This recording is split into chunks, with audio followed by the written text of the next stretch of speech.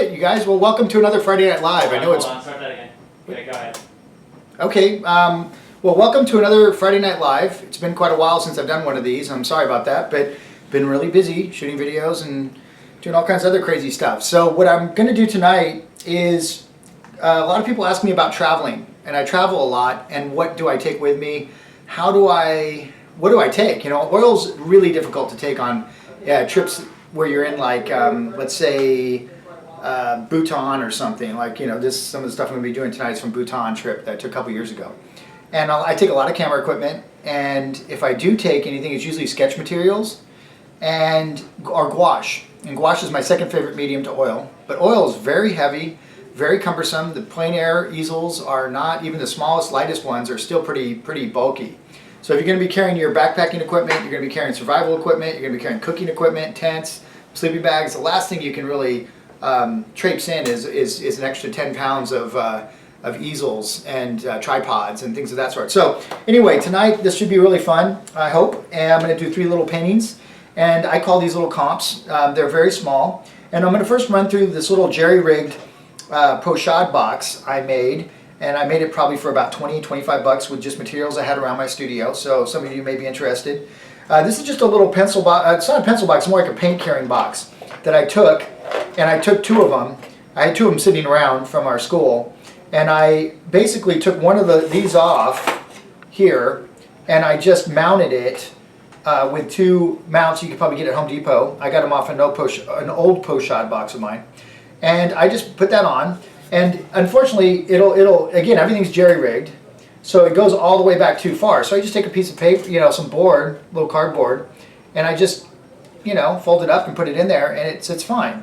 I have a couple clips that I'll clip my little illustration board on, and the illustration board comes in these pre-packaged trading card type sizes. So Strathmore makes them, and you have Bristol, you have illustration board, you have textured board, you have bamboo. You have all these different options, which are really cool. They're very small, and I think the most time I'm going to probably have to paint is maybe half an hour to an hour. Because usually I'm traveling with guys that don't paint, and the last thing they want to do is sit and wait for somebody to do a 3-hour painting while we're supposed to be hiking somewhere, right? That'll eat up half your day. So the practical aspect of traveling and painting is very difficult for a lot of people. Now gouache I like because it reactivates. You can use it like a watercolor. You can use it more opaquely if you want to. And it's just a wonderful little medium for traveling. So I have this gear here. So when you open this up, a couple things I have. I took an old piece of masonite and cut the bottom off of it. It was actually for the corner of a canvas, to put it in the corner of a canvas to shear it up. And that will use my straight edge, so I can, when I'm doing more architectural painting, I can use that to rule along, and I'll be doing one that's architectural tonight. In this little box, if you want to scan down here, it has extra boards that have been cut. I cut some that are a little larger that fit in there, just from illustration board. I cut it down from a Canson board. I've got this little guy in here that I can mix on. It's not a great mixing surface because it's not big, but you could cut. I thought of cutting a piece of metal in there, or normally I mix on a kind of a butcher tray, which is kind of a metal that's sealed, like almost like a shellacked or something. But this will work fine. Again, you can't have perfect when you're traveling. I've got a couple extra clips, a kneaded eraser that I can pull off and smash that easel down so it doesn't move around in there. I've got some brushes in there, and so this is a very tidy little way to just kind of put everything in there, and when you're done with it, you put it all in here and you just close it up, put it down. Now this is kind of cool too. I accidentally put these latches on the wrong side. I was going to put it on the top side. But one cool thing that I found, and this is where just little accidents when you're building this kind of stuff, is that I can take this and strap it around my waist and put it back on, and the pochade box sits perfectly on my waist without it falling on the ground, or me having to, I can even stand, or I can sit up against a rock, or whatever. I don't need a tripod, which saves a lot of weight. So that's another cool little thing with this one. I have a little thing I bought for pencils that I put my brushes in that will go inside there as well and close. I've got this little guy I found at Home Depot, which is a great little pack. It has a little thing you can put on your belt, so you can put it right on the side of your belt, or you can put it on the side of your backpack. But it's got, this will carry my little water spritzer. It'll carry my paper towels. it carries my trading cards in a back pouch that are in there, or the boards, and it carries all my little paints down in here, most of them, the tubes. And I'm just using a warm, cool palette. I've got about 7 tubes. They're small, which is nice. It's another great thing about gouache is they're very lightweight, and they're not going to take up a ton of space or weight. And so that's my little rig for traveling with. And it's I just jerry-rigged it and built it because I looked online, and Gorilla makes one, but it's like a 5x7. It's very bulky, very heavy, and it's about over $100. And I thought, my God, I think I could just make one of these. And I've seen them made out of everything from cigar boxes to you name it. So anyway, that's what I'm going to be doing tonight. I'm going to be demoing this little setup. One little cool thing is if you were working late at night or something, I have these little extra clips. And you could clip one, let's see here, clip one up on here, like this. And then I found it also, Home Depot, these little lights. And this one's got, pretty flexible angle on it. You turn it on, you just clip it in here if you want to get it out a little further off of your canvas. So if it was a low light situation, a little later in the afternoon, you want a little bit of light on your palette, a little bit of light on that, you could have another one set up. I have 2 of these clips, so I could buy another one, clip it over here so it's on my palette, because this is going to be my palette right here. As I open this up, I'm going to leave it about right there, put my wet paper towel here, and put my paints out here. And that way I can, basically get to my paints very easily, get to my mixing surface back up to here really comfortably. So anyway, that's kind of my little jerry-rigged setup for a gouache, outdoor painting travel rig. So let's go ahead and get started. So I'm going to go ahead and take this off because we don't need this tonight. Now normally, again, we're going to talk more about this as fleeting lighting conditions. It's all plein air stuff. I mean, memory work, having to sketch people that are moving around in a scene. That's all stuff that you just got to learn to deal with, and that's why you have quick sketch skills that you develop, all kinds of skills that you develop, so that you can utilize them in these kind of clutch situations. So when I do these little things out in location, I'm using almost every skill I've ever developed: figure invention, quick sketch skills, head gesture quick sketch, quick gouache, memory work. It's the whole enchilada. So very difficult to do on location, all plein air stuff. So let's go ahead and set up the palette. So when I set my palette up, what I like to do is take a paper towel, and I cut these in half. These are these nice shop towels, so I don't, I don't want to take anything I don't need to weight-wise or anything. So this is a nice little one. You dip it in your water. Now you can find water anywhere. I won't be using something this large when I'm on location. I'll be using like a cup or maybe one of my enlarging, water bottles or something, and I'll just use it and then clean it out afterwards. But you dampen it and you put it out like this. And so I'll just put it out on that little guy there, and then I'll set up a warm, cool palette. Now, warm, cool palette, you can mix most of your general colors from that. You may want a bigger tube of white, or I have a tube and a half because you use most. I will use that more than most. But you don't put out a lot like an oil painting, which is another nice thing. So all these tubes, you may look at it and go, oh, that's very expensive or something. It's really not. Gouache is a very relatively inexpensive medium when you come down to it. So let me get all my, so I've got my warm and cool blue, I've got a cobalt and an ultramarine, I've got an alizarin and a flame red, which you could also use cad red light, but flame red's a lot cheaper. It's a pretty decent red. I've got a cadmium yellow, I've got a phthalo green, which you don't absolutely need. Again, I've added a few supplemental colors just because I like them. Sap green being one of them. It's a very convenient one for landscape. Cad orange is kind of a bridge between the reds and the yellows, so I sometimes like to have that on there. I've got burnt sienna, which is, you don't absolutely need it. I don't have a black because I'll mix that with, I'll show you how to mix that. I've got a few other convenience ones in here that I'm not going to put out because I just don't feel that it's necessary. One of them being Payne's Gray, and again, I think I had, what was the other one in here? Well, phthalo green, questionable whether I need that, but sometimes it's nice. So, let's see here. I probably will put that phthalo out to make my black. So let's go ahead and put our palette out. So when you put the palette out, the way you group them, it doesn't really, I keep my blues together, my yellows together, my reds together, and then my greens kind of trail off my blues a lot of times because they feel like they're more in that family. It doesn't really matter. There's so many ways to set up a palette. Logical way, again, is to keep group your primaries together. So put a little green out. Okay. And again, you can see the dollops of color that I'm putting out are quite small. And again, I'm not being thrifty really, but when traveling, I won't be able to replenish my paints because I'm not going to buy stuff in Bhutan or Iceland probably. So I'll bring fresh tubes. So just, so I have, plenty. And I'm using a combination of Graham and Winsor Newton. It doesn't really matter. Everyone makes good gouache now. Holbein makes good gouache. Winsor Newton's was what I used forever. Switched over to Graham only because I got a really good deal on a whole rack of them, so I started using that.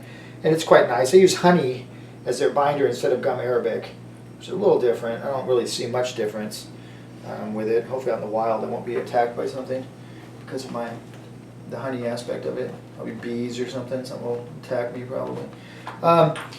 Let's see. Put my reds next to my blues. Again, you don't have to do it this way. It's just what I do. My palette, again, I'm not as particular as some people. I have logic in my palette, but it's not always set up identical. Like some people set it up like keys on a piano, and they kind of commit to memory certain aspects of mixing. I'm not a formulaic color mixer, very intuitive, so I don't worry too much about that. Here's some cat orange as a bridge between the reds and the yellows for me. Don't always have it, but I can mix it between one of the yellows and that red. Could probably mix up an orange pretty close. Maybe not quite as strong, depending on what I'm using, but it would be fine in a pinch. The key is to learn how to mix well. It's not pastel. You don't need 400 colors out. So try to learn how to mix well, and then you can just use a nice warm, cool palette. Again, because these tubes are so small, I feel like I can take a few extra along, but I still want to keep my rig pretty lean and mean. So there's your palette right there to the left. So I'll open that up a little bit more. I'm just going to put these on the side here. I put them normally back in my thing or back in there. Brush-wise, just some small ones because I'm working so tiny. So I have one wash brush, a brush to lay washes in, which is quite a bit larger, this guy here. And that's not even really necessary. This one would probably suffice fine. So questionable whether I'll take that one or not on this trip. I'm going to use this one for now. So I'll put out my tools. And again, I'd probably be sitting on a rock or something, I don't know, or have a little travel chair, but I don't know if I'll be bringing one this time. I'm pretty tight on weight already with all the gear I'm taking. So again, I'm going to Iceland. I'll be doing a bunch of painting there, hopefully, and a lot of photography. So now I'm going to sit here and wait for the train to go by. Okay. So occasionally I'll just spritz my paints to keep them damp, especially if you're in a hot area where it might be drying out very quickly for you. And that could be somewhere like Morocco or something, or where you're dealing with a lot of heat. Iceland won't be an issue. I think it's going to be pretty temperate, pretty cool actually, somewhere in the 50s or 60s maybe max. So that shouldn't be too bad. So again, I have my little travel kit. I might put it to the side. In here, I'll take these out and put them somewhere else so that they're not in my way. I've smashed down my mixing surface there so that it's on the kneaded eraser so it doesn't move around in there. A kneaded eraser is always a good thing, handy thing to have too. You also want to bring a few click pencils. I just got some cheapy Papermate ones because all I need to do is sketch in something very quickly before I get started. Now that's sketching, so that's sketchbooking. That's your skills that you learn in sketchbooking, in quick sketch, gesture heads. You still want an articulate image to work off of. I'm not going to all prima it. You could, but it's not very conducive. So I prefer to do a little pencil sketch first. Next thing, do we want to hit a few more of these lights? Can you hit this one, Eric? I'm going to get the light real quick. I want to make sure you guys have plenty of light. And I can't no cast shadows off my brush or anything weird. Let me get this one on. Okay, that's a little bit better. Jeff, I actually have a quick question. Sure. Regarding gouache palettes for beginners, would you recommend this palette for a beginner, or a more boiled down one? You could, again, on this trip, you could take a Zorn palette. You could do a modified Zorn. You could do a black and white. You could do, if you just want to do monochromes, you could do a Christensen type palette, which again is not going to make a lot of sense for many of you, but it's kind of a landscape version of the Zorn, which would be a red, a blue, a yellow, and a white. And it would be like CAD, I would probably use CAD red light, CAD cadmium yellow, ultramarine, and blue. And that could be a nice little modified palette. You could just play, there's all kinds of modified palettes you could do. And this is just a quick kind of me showing you a little bit about travel, but this could be a whole course, you know, and it may be online at some point. But I just thought, since I was going, I wanted to do something that was kind of already in my mind, and I was getting ready for it anyway, and I thought it'd be a fun thing to show you guys. So, first I wet my little thing. There's some excess paint left on the brush, which I didn't know. Some kind of black or something that's left on there. It's no big deal. So all I'm trying to do is get it kind of laid in there. Now I'm going to go ahead and, I'm working from reference. I wouldn't be if I was out in location. So if this guy was strolling around, I might take an iPhone picture really quick of him, and then I may have that and refer back to that for my sketch.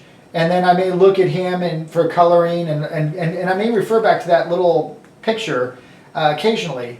Because you're not going to be able to capture this guy as he's moving through very easily. I mean, I can sketch very quickly and I have a good recall, but some of you aren't going to have that as good, you know, at your disposal. Now, he's got a red cloak on, kind of like this Bhutanese guy. So I'm going to go ahead and just lay in a green underneath it, just to allow some of that to come through and kind of create some vibration. It's the complement of the red. Now, it's going to need to set up for a second, so I just kind of let this stuff dry. Now, the nice thing is gouache sets up very quickly. And let's see, I'm going to kind of go into his face, which has a nice warmth to it, and I'm just going to use a little cat orange. I'm just going to put a little glaze of cat orange over the hand, maybe the head. And again, the background's going to be more abstracted. You know, it's not going to be, I don't want the background to detract from the foreground. So now at this stage, you could very much treat it like a watercolor, and I could paint it almost identical to watercolor, and I may want to leave it that way sometimes. Watercolor, again, is not that, gouache is very similar in many regards. It's not quite as vibrant, and it has little eccentricities that are a little different than watercolor, but not so much so. It would take a real purist to be able to always discern between. Sometimes I can't tell if people are hybriding them or...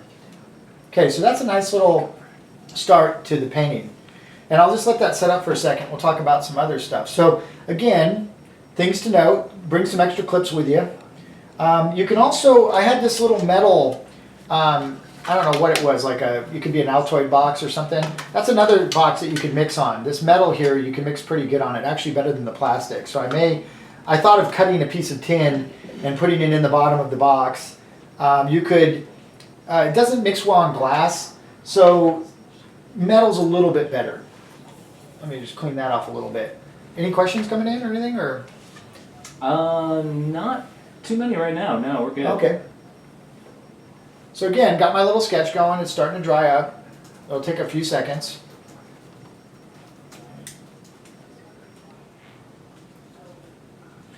So my brushes, I just bought some new ones because I hadn't bought any in a long time. You want to keep the little protective covers because you don't want your brushes getting smashed against things when they're traveling, because they'll just ruin them. Ends up curving them and causing all kinds of problems. So we'll just kind of keep it a little more chill here. So I pick out some of my favorites. Another thing I meant to do, which I couldn't find my drill bits today, I was going to drill a few holes, various sizes along the back side, so I can just slip my brushes in there and it can hold them very conveniently. So that's another thing I'll do before I leave. But I just didn't have it done for this little demonstration. So I got a quick question. Can you explain why metal is better than plastic for mixing? I don't know why. It's just like, I prefer, like I said, it's more like a, the butcher tray is like a, I can't think of the term for it, but it's got a very weird, odd feel to it that that doesn't bead up as much with the gouache. And the metal seems to do the same, similar. The plastic, it has a tendency to bead up a little bit on it if you're using it more watery, and I just don't like that beading up as much. I don't know the technical reason for it, so you can always try various surfaces, but those are the ones I usually use is a butcher tray that you usually buy at the art store, but they don't make them small enough to fit in here. So I just have to figure something out that works best for me. Okay, so I'm just going to use this plastic. It works fine if you don't add a truckload of water. And the first thing I usually do with any painting is I establish my darks. And in this palette, since I don't have black, the dark could be made with burnt sienna and ultramarine blue would be a nice black. I mixed this one with alizarin and phthalo green is kind of a nice combo too to make a black. And those make really beautiful. So it'll be a chromatic black, which means the black will have either a reddish dominance to it or a greenish dominance to it. So when white hits it, it won't be a dead dark. It'll have a little bit of life to it, which is always kind of nice. So I might go on really quickly here and establish. Now, if I was working from this guy in person, I'd be doing this, a lot from memory, and I'd try to get a really quick little sketch doodle down.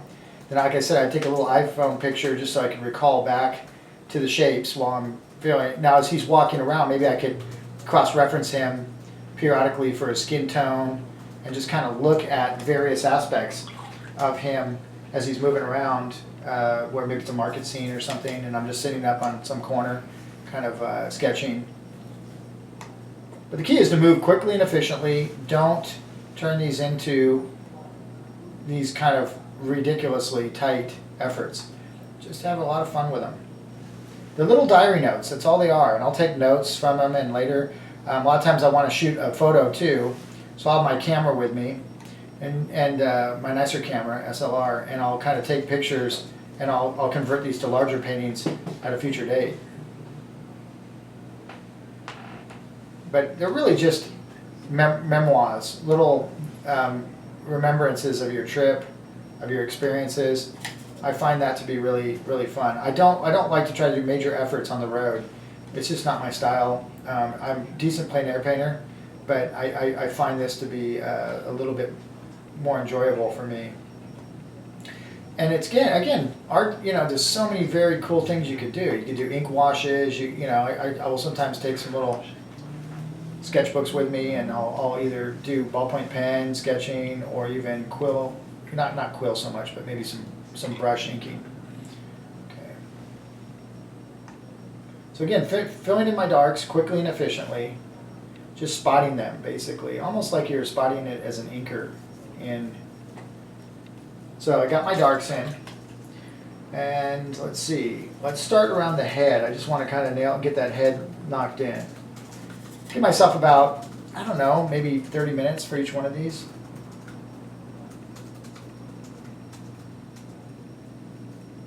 Okay, so he's kind of flat lit. He doesn't have like a ridiculous amount of charismatic lighting, like full kind of lighting we use in our school where it's like overhead, 300 watt. It's just going to be very, I'm trying to choke in so I don't block the camera a little bit. So always when I do these things, it's always a little bit cattywampus or kind of funky, the way I have to choke up. So normally this would be on my lap and I'd be sitting a lot more comfortably, probably for painting it, but it's okay. So we got a quick question about values while painting. How many values do you try to stick to while painting? And do you recommend exercises for someone struggling with nailing their values? Well, again, value control usually comes through drawing, not painting so much. You can learn it in painting, but it's best learned in longer efforts, graphite efforts, from life, charcoal, doing long value studies, and then when you start to see keenly, and that's where Sight Size does do a really good job, is teaching people to see value and edge really well, usually from casts, plaster casts. We don't do it as much at our school because we're more of a comparative measurement school, but we, there's lots of ways to put a strong value understanding in place, and those longer studies in graphite without the nuisance of color kind of rearing its head and causing trouble. You only need, you want to limit the amount of things that's bugging you. You go in there and you got color problems, edge problems, value problems, shape problems, design problems. It's too much to ask anyone to be able to handle that much in a situation. So I would say if you're having problems with control value, use monochromatic palettes, burn umber and white, black and white, phthalo blue, black and white. Stay on those until you can really nail your values keenly, and don't worry about color. Color's the most flexible and pliable of all the issues and things you're going to be learning. And so you don't, it's not like you're avoiding it, but just stay away from it until you're very comfortable. Hopefully that answered your question. So I'm blocking this head in with little tiles. And it's just really, I mixed up a flesh tone with some yellow and red and white. And the cheeks are going to be a little redder, and the nose is going to be a little redder, and the ears are going to be a little redder. And so, I'll mix a little more of that, again, Plein red, which is not a terribly strong red, because it's cheap. Now, I could use Cad Red Light, it's a lot more expensive red, and I may very well do that, depending on if I feel like I want to add that or take that in place of the, the Cad Red, or the Plein red. I know many of you are conscientious about cost and things like that too, so you want to make sure that you're using, not breaking the bank with the stuff that you're using, but you also don't want to be so cheap that you shoot yourself in the foot a little bit. You want to kind of use the best materials you can afford. Okay, so mixing up a little bit of that mustache, and I'm going to kind of go in with a little bit more green in the mixture, just to kind of, because there's a lot of ruddy reds in the face. And I want to kind of complement it a little bit. Again, these are just fun little sketches. That's all they're really designed to be. You notice how I'm working very quickly and efficiently, almost like I'm doing a gesture oil painting. Again, I do a lot of gesture work. It's like sprint training for painters. And it's very healthy for you. It's going to be very difficult for some of you if you're used to using or spending a lot of time on stuff. This could be a little bit sobering for you. So Jeff, could you give your thoughts on synthetic brushes versus natural brushes for gouache and oil paint? For gouache, I prefer synthetics because you have to beat the paint back into submission sometimes, and if the brushes are too nice, so I don't use watercolor brushes. They're too nice. I know I seldom will say that, but in gouache, again, part of it is that you want to reactivate the paint occasionally to soften an edge or something, and in order to do that you need to beat the paint. You need to kind of push down on the paint. Now if you have a real calligraphic nice Winsor Newton Series 7 or something, it's going to give too easily, and it's going to bug you because this doesn't have enough snap to it. The cheaper brushes have a little bit more snap in them, I found, and so I use Robert Simmons, these ones, gold, burnt sienna with a gold back on them. It's the 785 Robert Simmons, white sables, synthetic, fake, cheap, nice and reasonably priced. So that's what I use, and I will occasionally use those in oil as well for rendering and stuff. So yeah, that's what I do use, some sables and stuff for oil, but I don't normally spend more than probably $10 on a brush, unless I'm inking or watercolor. Those are the only, like pure watercolor. Those are the two mediums I really will spend a little extra on brushes, because you need a really good calligraphic brush for watercolor. Okay, I'm just laying in again this kind of cloak, which is more of a brown red, so I use a little burnt sienna, a little bit of ultramarine to darken it up, and a little bit of alizarin to red it back up again. And that's going to give me a nice crimsony, deep brown red.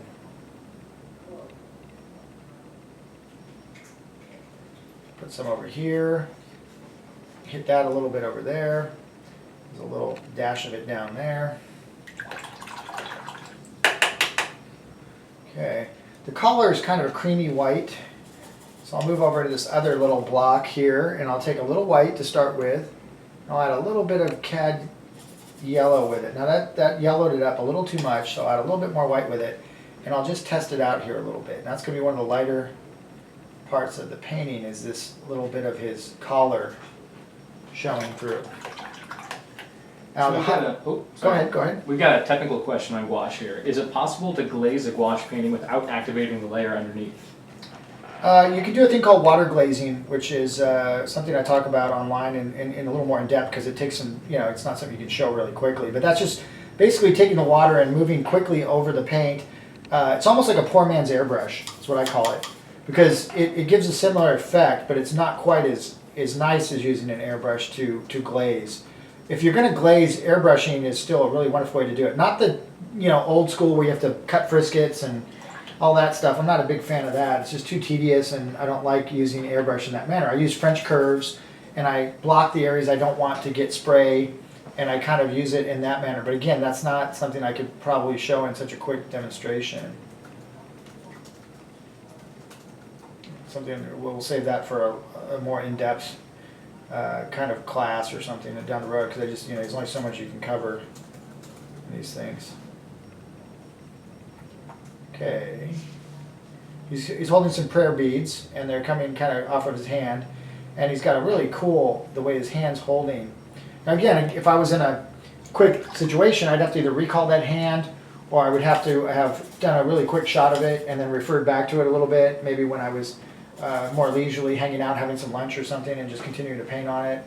Again, all this is like guerrilla warfare painting. I mean, you got to kind of have a really interesting method for doing it, because of the adverse situations you're in. And again, if you're on a group of painters and stuff, and everybody's wanting to sit somewhere and paint for the afternoon, you'll be in a little bit better shape. But like I said, most of the guys I go with, they're not always painters. They're usually photographers, so at least they share an affinity for wanting to shoot cool reference, which I'm also a big fan of, because I do a lot of my work from photos, and I don't have a problem with that, because I work from life so much regularly that I don't see it as a weakness. I only see it as a weakness if you don't know how to paint from life and you are reliant on painting from photos. Then you could say that maybe that's a bit of a weakness. But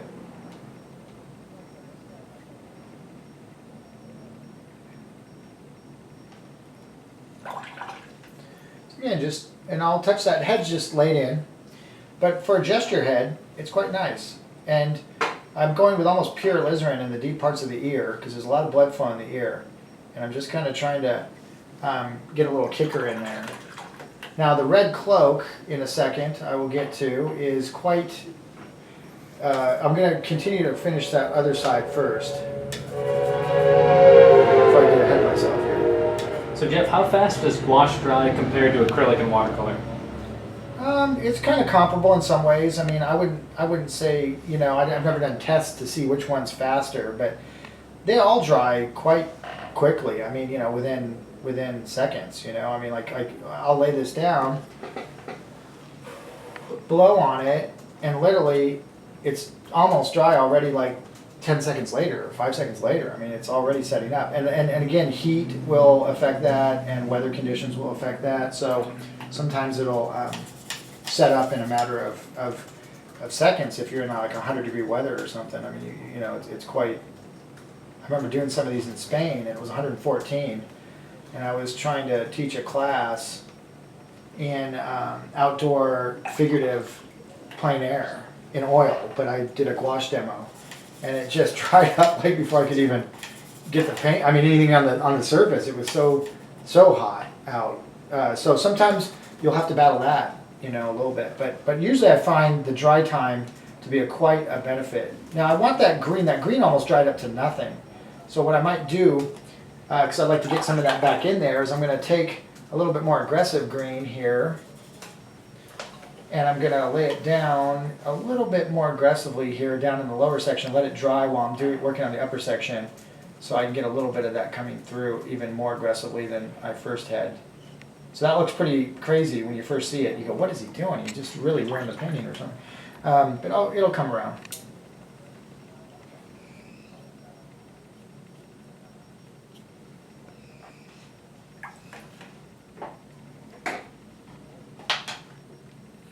Okay, so for the background, while I'm letting that dry, I just picked up some green, some red, and I didn't really totally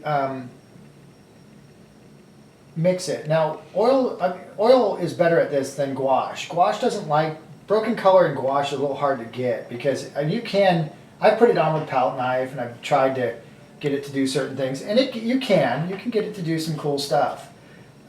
You could gesso these little panels and put some texture on them. There's all kinds of fun things we can play around with. It just really depends on what the effects you're trying to get, and what your goals are.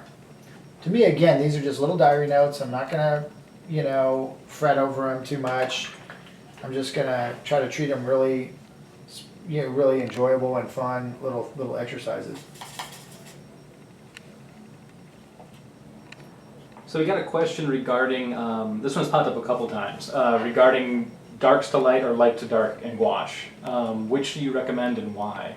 I go dark to my lights. I just like to see the negative positive shapes quicker, and the darks have a tendency to pop the shapes out a little bit more than the lights, and I like to work my way up, and that's kind of how I was taught in gouache, was to kind of work, if you're tiling, teaching the tiling method of gouache, which I learned from Glenn Orbick and people like that.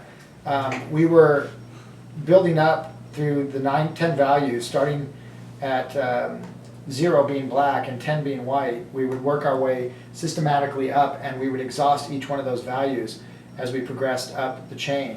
And I'm not going to do it that rigidly on something like this. I'm going to treat it a lot more casually. But that's how I learned gouache.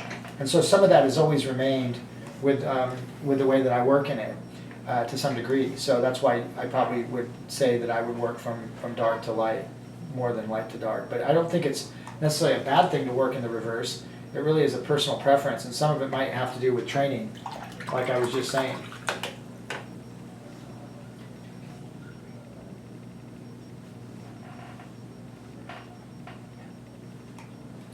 So again, I'm going in and trying to get this red cloak.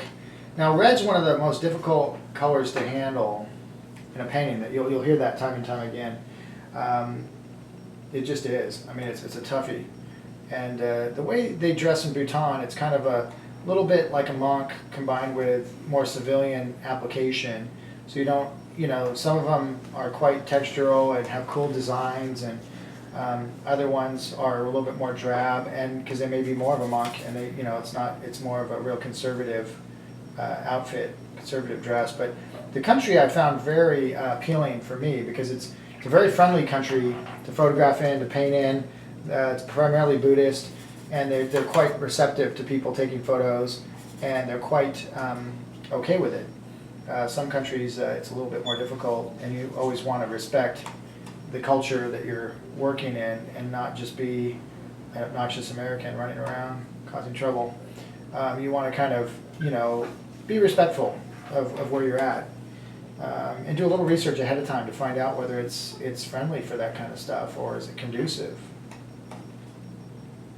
I haven't found too many problems when with that when I travel, but occasionally you will run into some countries where it's just not very liked or looked upon favorably. The last thing when you're painting is it kind of breaks down a lot of boundaries quickly, and a lot of young kids will come over and start watching you, and they'll want to see what you're doing, and you can just let them paint a little bit maybe, or give them a little bit of stuff to play around with, and they find it just really breaks down any issues and stipulations about anything. It's a very good way to break any boundaries or any issues that you might have as being a painter. I found it to be really, people very receptive to opening up to painters. So we got a question regarding brushwork. What are some good exercises for students on learning good use of brush strokes? Paint, more paint. Painting all the time. I mean, brushmanship is an extension of your thought process.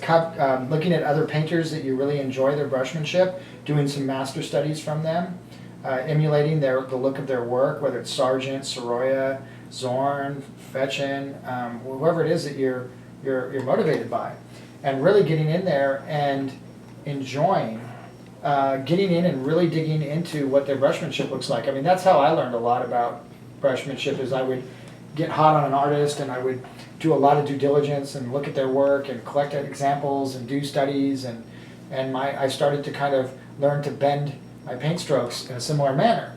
And then I'd move on to somebody else, and I'd keep a small percentage of that, and then I would work some more. And a lot of people say, well, that might stifle your creativity. I mean, you don't want to be a copy of someone else. But if you're constantly moving between different influences, you'll find that you don't really lock on to any one of them 100%. You just take the essence of what moved you in the first place from that artist. So that was one of my ways of studying when I was younger, and I still do that. So here's one that we get fairly often. How important is it to master drawing before painting? Oh God, it's imperative. And as far as before, I don't know about that. I started painting very early, and then I went back to discipline drawing and painting together, and I went back and forth because my dad started me at a very young age painting He didn't like set me down and say, okay, you're going to paint. He just, he was painting, he'd give me a little set, I'd play around with it. So I was painting way before I was really a good draftsman. But when I went to school, I had a 70-30 split between painting and drawing. So 70% of my time was spent drawing, and 30% of my time was spent painting for a couple of years. And that was at the California Art Institute with, Fred Fixler and those guys. And that's where I kind of really got my drawing chops up. And I really think it's very important. And whether or not somebody should not paint at all while they're drawing and all that, I don't know about that. I don't totally subscribe to that. But I do think that you should definitely get your drawing chops up. And it's a cheap way to learn how to paint, especially if you're doing a tonal method, like the Riley method or something. You're kind of killing two birds with one stone. I don't like that saying, but that's kind of what you're doing. You're getting a lot of spillover benefit from that style of drawing. Whereas there's some other styles of drawings that really don't translate that well to paint, and so therefore they wouldn't be quite as conducive to that. I'm going to do some blending here too. I've really done no blending. And so here's the neat thing about gouache. Another thing is, like, say for example, some of these tiles. I like them. I could very much leave it just like that because it is a sketch.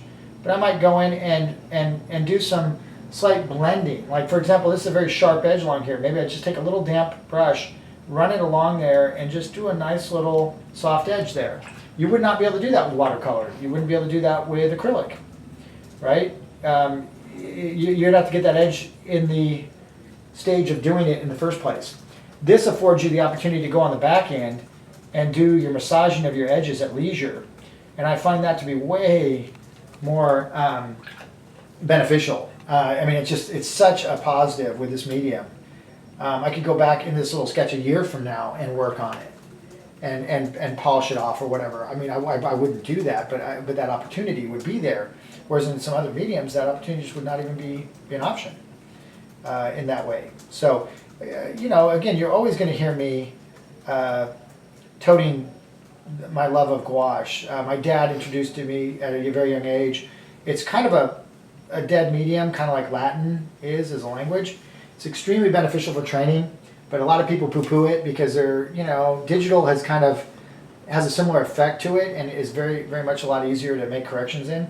So you see a lot of the professionals migrating over into digital, and I don't blame them. I would too if I was in their boat. But you see guys like Nathan Falks and just what I'm a huge respect for, that still uses gouache extremely well, and some other guys that I've seen out there, and you'll see some of the old timers, some of the guys that have been around for a while, still enjoying working in it. And again, there's nothing like having originals at the end of the day. It's very, very neat as an artist, just for your own benefit. So going back in, reestablishing some of the eye shape. Gouache is a very fun, easy medium to work very small scale. It's a great rendering medium. Oil would be just a nightmare to try to get this painting the scale to the crispness level of this one. It would be just a real nightmare to do. So I'm almost done with this one. I'm not going to do too much more. Again, I just kind of get a little mood, emotional painting here. Go back into some of the drapery here and kind of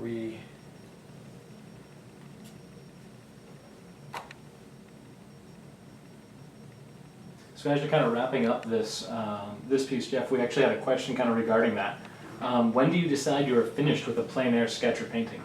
Well, usually when the light's gone or the subject's changed to the point where you're just no longer able to do justice to it. A lot of times for me, it's something as simple as that. You kind of, I'm going to work on this hand a little bit here, but you kind of, you're done when you've said what you had to say. I always like that particular definition of finish. And finishes can be very elusive. Some people's starts are their finishes. And like you'll see someone really loosey-goosey, and a type painter might look at that and say, God, that's not even, you barely even started that thing. But it really is a matter of opinion as to what the impetus of, what's your goal? What moves you? Is it high-end rendering and stuff where it's plein air really doesn't lend itself that well to?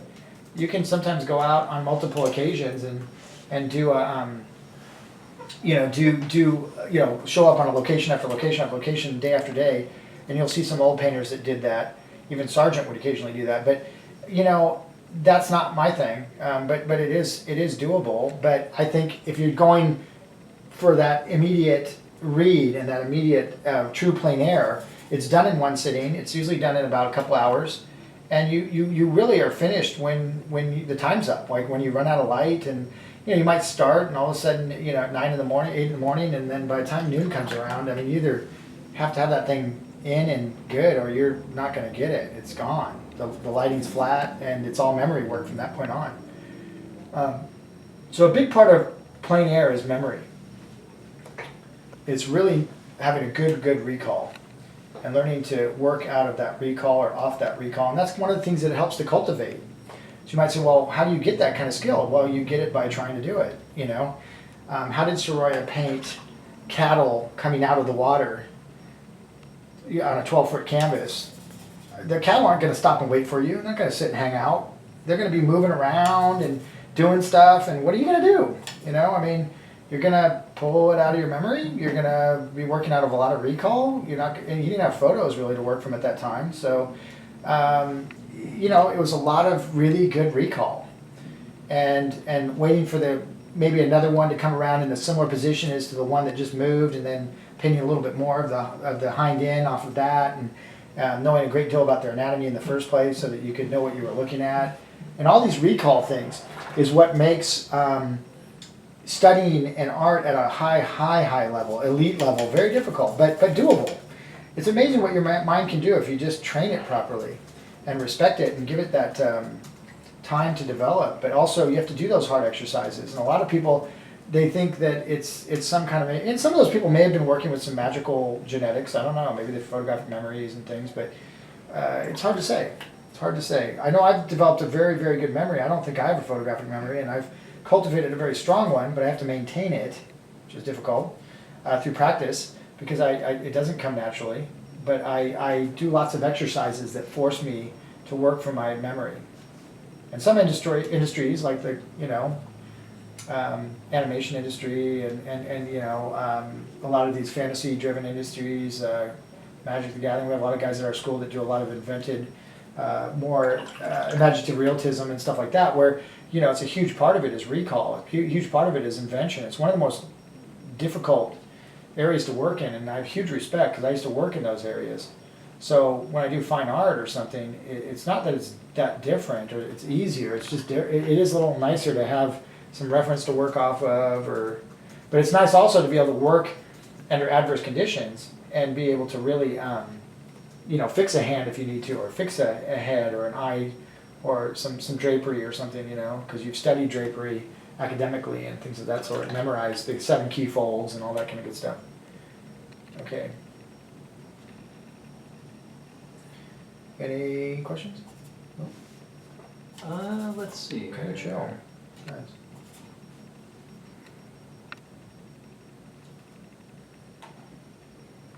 So somebody asked if I wanted a soft, wet background, would thin gouache be better or watercolor?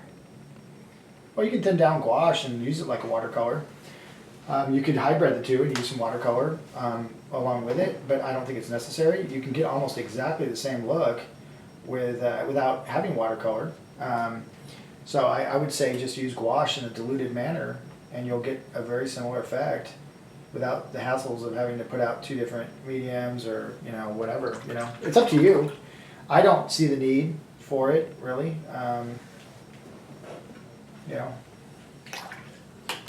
Okay. This little negative spot down here, it's so annoying because it's in the corner, it's lighter than what's around it, so it's popping in front of it. So what I want to do with that is just knock it down. So I'll take some white, maybe mix it with that dark over there, and maybe just throw in a little, just break it down a little bit darker in there. And there's actually some tiles and stuff going back in the distance here on the ground, cobbles.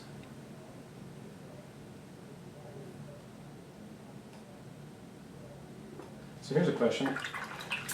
Would you be able to take a moment to talk about the blocking and tiling method? Well, I'm doing it right in front of you. I'm blocking it in, I'm tiling it. These are all tiles. Each one of these shapes is a tile. So not to skirt that or anything, but yeah, tiling is always happening. It's whenever you put down a shape that's definitive, it dries into a specific shape. That's a tile. Could be rectangular, amoebic, triangular, round. So everything you put down in gouache turns into a shape, and that shape is either directed by you or it accidentally happens. I would say that you would probably want to try to make it happen deliberately, not accidentally. So premeditation of the move. What is it that I'm indicating? Is it the side of a nostril? Is it an earlobe? Is it a frontal plane of the front of the head, or is it a temporal plane, or what is it that you're trying to delineate or you're trying to describe? And that'll dictate the shape that you are trying to paint. Now, if you don't know what you're looking at and you're just guessing, then the chances of a good shape happening are probably pretty slim, right? Because you're kind of throwing up something at it and hoping something good lands on the canvas. That's not a great way to paint. So the more you know, now you can't know everything about everything, so we're always going to be guessing a little bit or doing this or that, but the more you can know about your subject, the more you know about people, the more you know about heads, hands, drapery, environments. That's why you train in all these different disciplines. That's why you train in still life, portrait, figure, landscape, perspective, narrative. All these different disciplines give you a range to your work so that you can handle almost any situation that you might throw yourself into or might be thrown into. Professionally or just like out traveling. You don't want to say, well, I'm in Venice and there's all these buildings and street scenes, but I don't know perspective, and therefore I am just going to sit over here and paint a little flower pot in a window.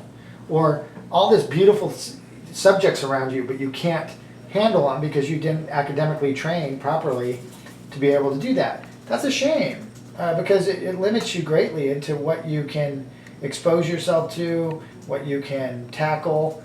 And I know it's hard to be a virtuoso in 52 different areas. So that's why it takes so long to get truly well trained and be well rounded, is because you have all these layers of different areas that need to be dissected, pulled apart, studied, brought back together, and put into the context of what it is you're doing. That is difficult. Okay? Each one of them, that's why we tear apart all these fundamentals. We tear apart landscape painting, and we break that into numerous different ways, studying gesture, studying long paintings from photos, studying master studies, doing this, doing that. All this is part of a regimen that allows you to be flexible and lean and mean when you're out there in these kind of situations painting, on location, invention, whatever it is that you might, again, find yourself having to deal with. Okay, so that's my little sketch for the first one. Second one's going to be a little bit more ambitious, a landscape of a song or like a really nice monastery, and it's got a really cool feel to it, and it's going to be a little bit bigger, so I'm going to go ahead and change this one out for you guys. I might take a little tiny break for about 5 minutes, and I'll come back and I'll start my washes, and we'll continue to talk about this stuff. So this is a little guy. It's just a little quick figure sketch of a little monk. There's a little doorway in the back or something. It's hard to discern really what's going on back there, but I don't want that to be the center of interest. Some nice broken color up in that corner, and it's quite good. So now what I would do, as before I take a break here, is get my little spritz bottle out and spritz my paints, replenish anything that I need, which I might need a little more of that red. That'll keep them wet. You can do that. You can keep gouache wet for a couple days if you put it in a refrigerator and you do that, and you just come by and douse it with water a couple times a day. You can save your gouache for 3 or 4 or 5 days. I've done it up to a week, but normally you're throwing away about a couple bucks worth. I don't like to waste, but it depends on where you're at in your career and how thrifty you need to be. But try to not get too thrifty. Okay, so let's take a little break, and I'll be back shortly to start another one of these little guys.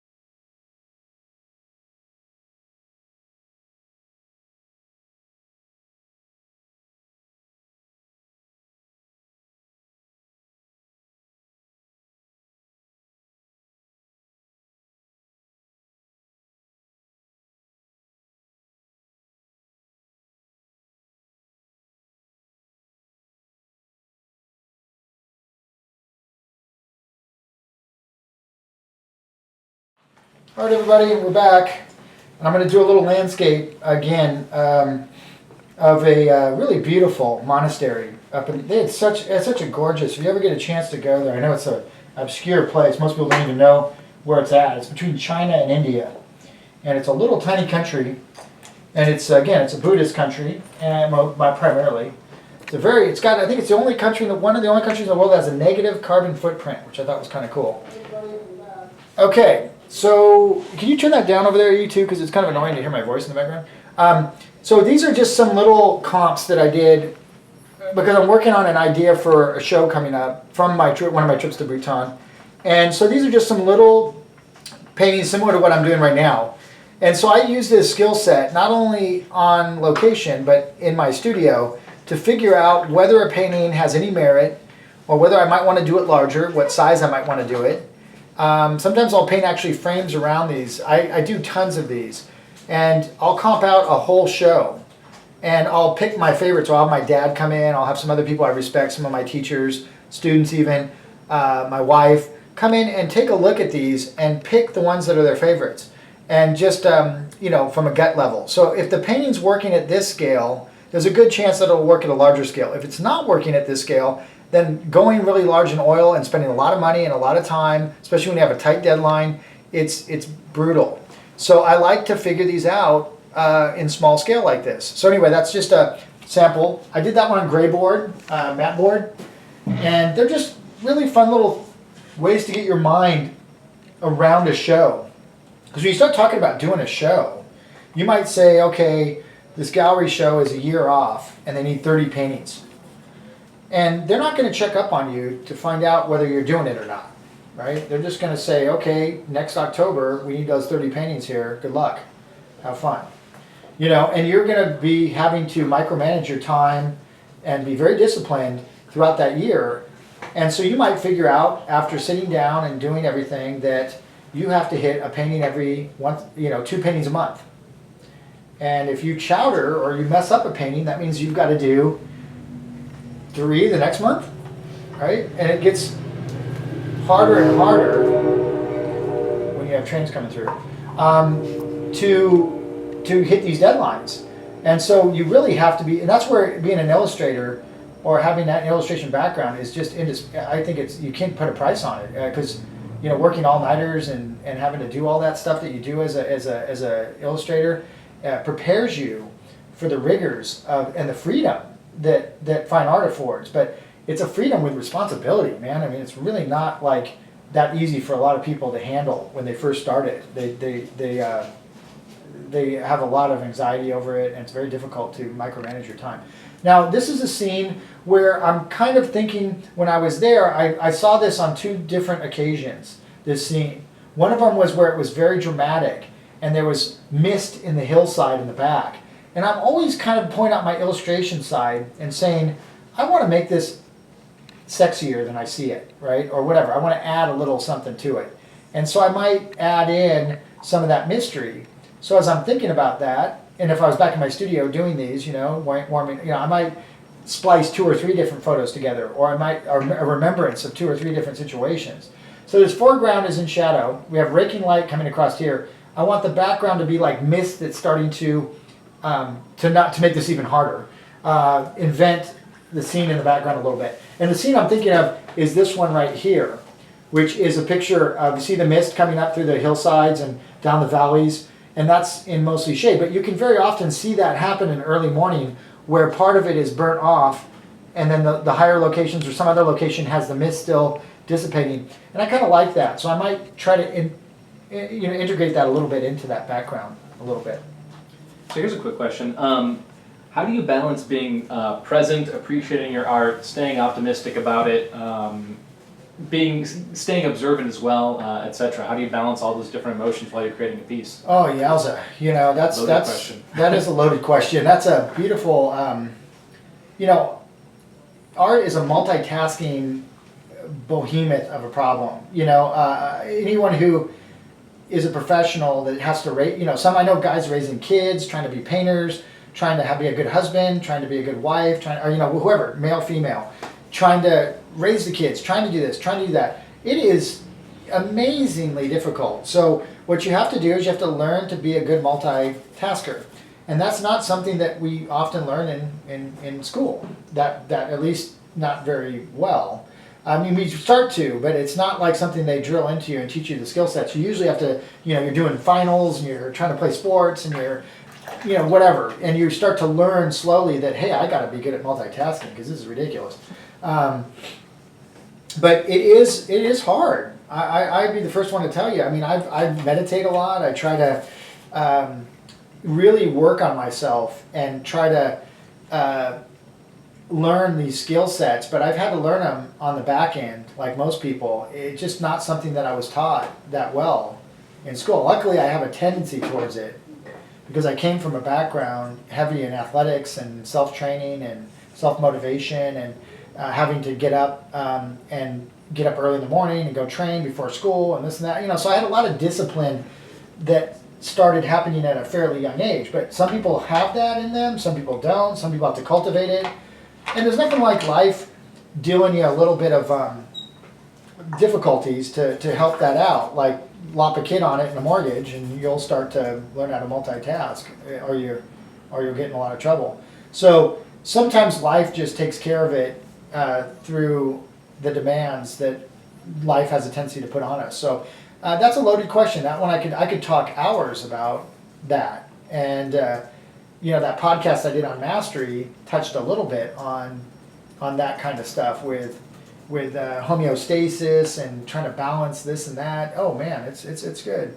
But it's stuff. It's all doable. It's all doable. It just requires discipline, and that you have to get learn to get more focused as you get older, not less focused, and prioritize and figure out what's really important for you and to you in your life. I'm still trying to figure all that out and balance that. I have a very demanding life that I've created for myself. I love it, but it's I'm balancing full-time teaching, my personal aspirations for art, my relationship with my wife. We don't have kids. Just because I think it would have been too much for me personally. But some people handle it really well. Everyone's a little different. I kind of knew that I have a certain personality type, and I just didn't think that I would be able to handle certain aspects of all that stuff, so I kind of decided against it. My wife at the time, was kind of with me on it, so, we kind of, put a lot of our love and our energy into our school and the students and that kind of stuff. So we've been able to do things that I probably wouldn't have been able to do, I don't think, or at least not very well, had I tried to balance even more. So anyway, that's my long answer to that.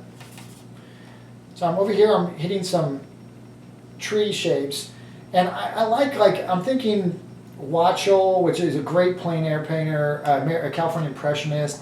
I'm thinking Percy Gray. I'm thinking of all these different, designers of trees that I've studied over the years. And again, all this stuff goes back to having studied different artists, and I might use some obscure piece of information that I learned years ago, and I might pull it out for this particular problem. I don't know when I'm going to use this or that, or, I don't know. I don't know what I'm going to be confronted with in any one of these situations. So having at your disposal a lot of options through proper training is like a godsend. I mean, it's just a luxury, but it's a luxury that you earn. It's not given to you. It's earned through lots of correct study and long hours of study. And I don't want to paint this picture that it's just this barrage of difficulty and it's miserable. You've got to learn to love to train. And if you can do that, you're golden. You're going to be fine. Training's fun. I love training.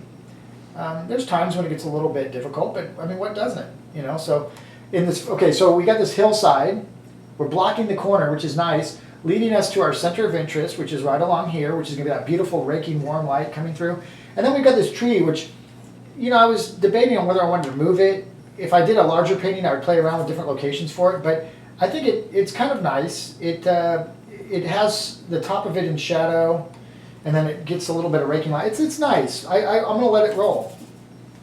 Go ahead. So going back to that training that we were talking about a moment ago, we have somebody asking about bad habits that you encounter in individuals that are self-taught. What are some of those that you come across, and how do you tackle those bad habits and how to fix them? Well, I mean, again, unfortunately, like I've always said, self-education is an unfortunate predicament. It's not a badge of honor.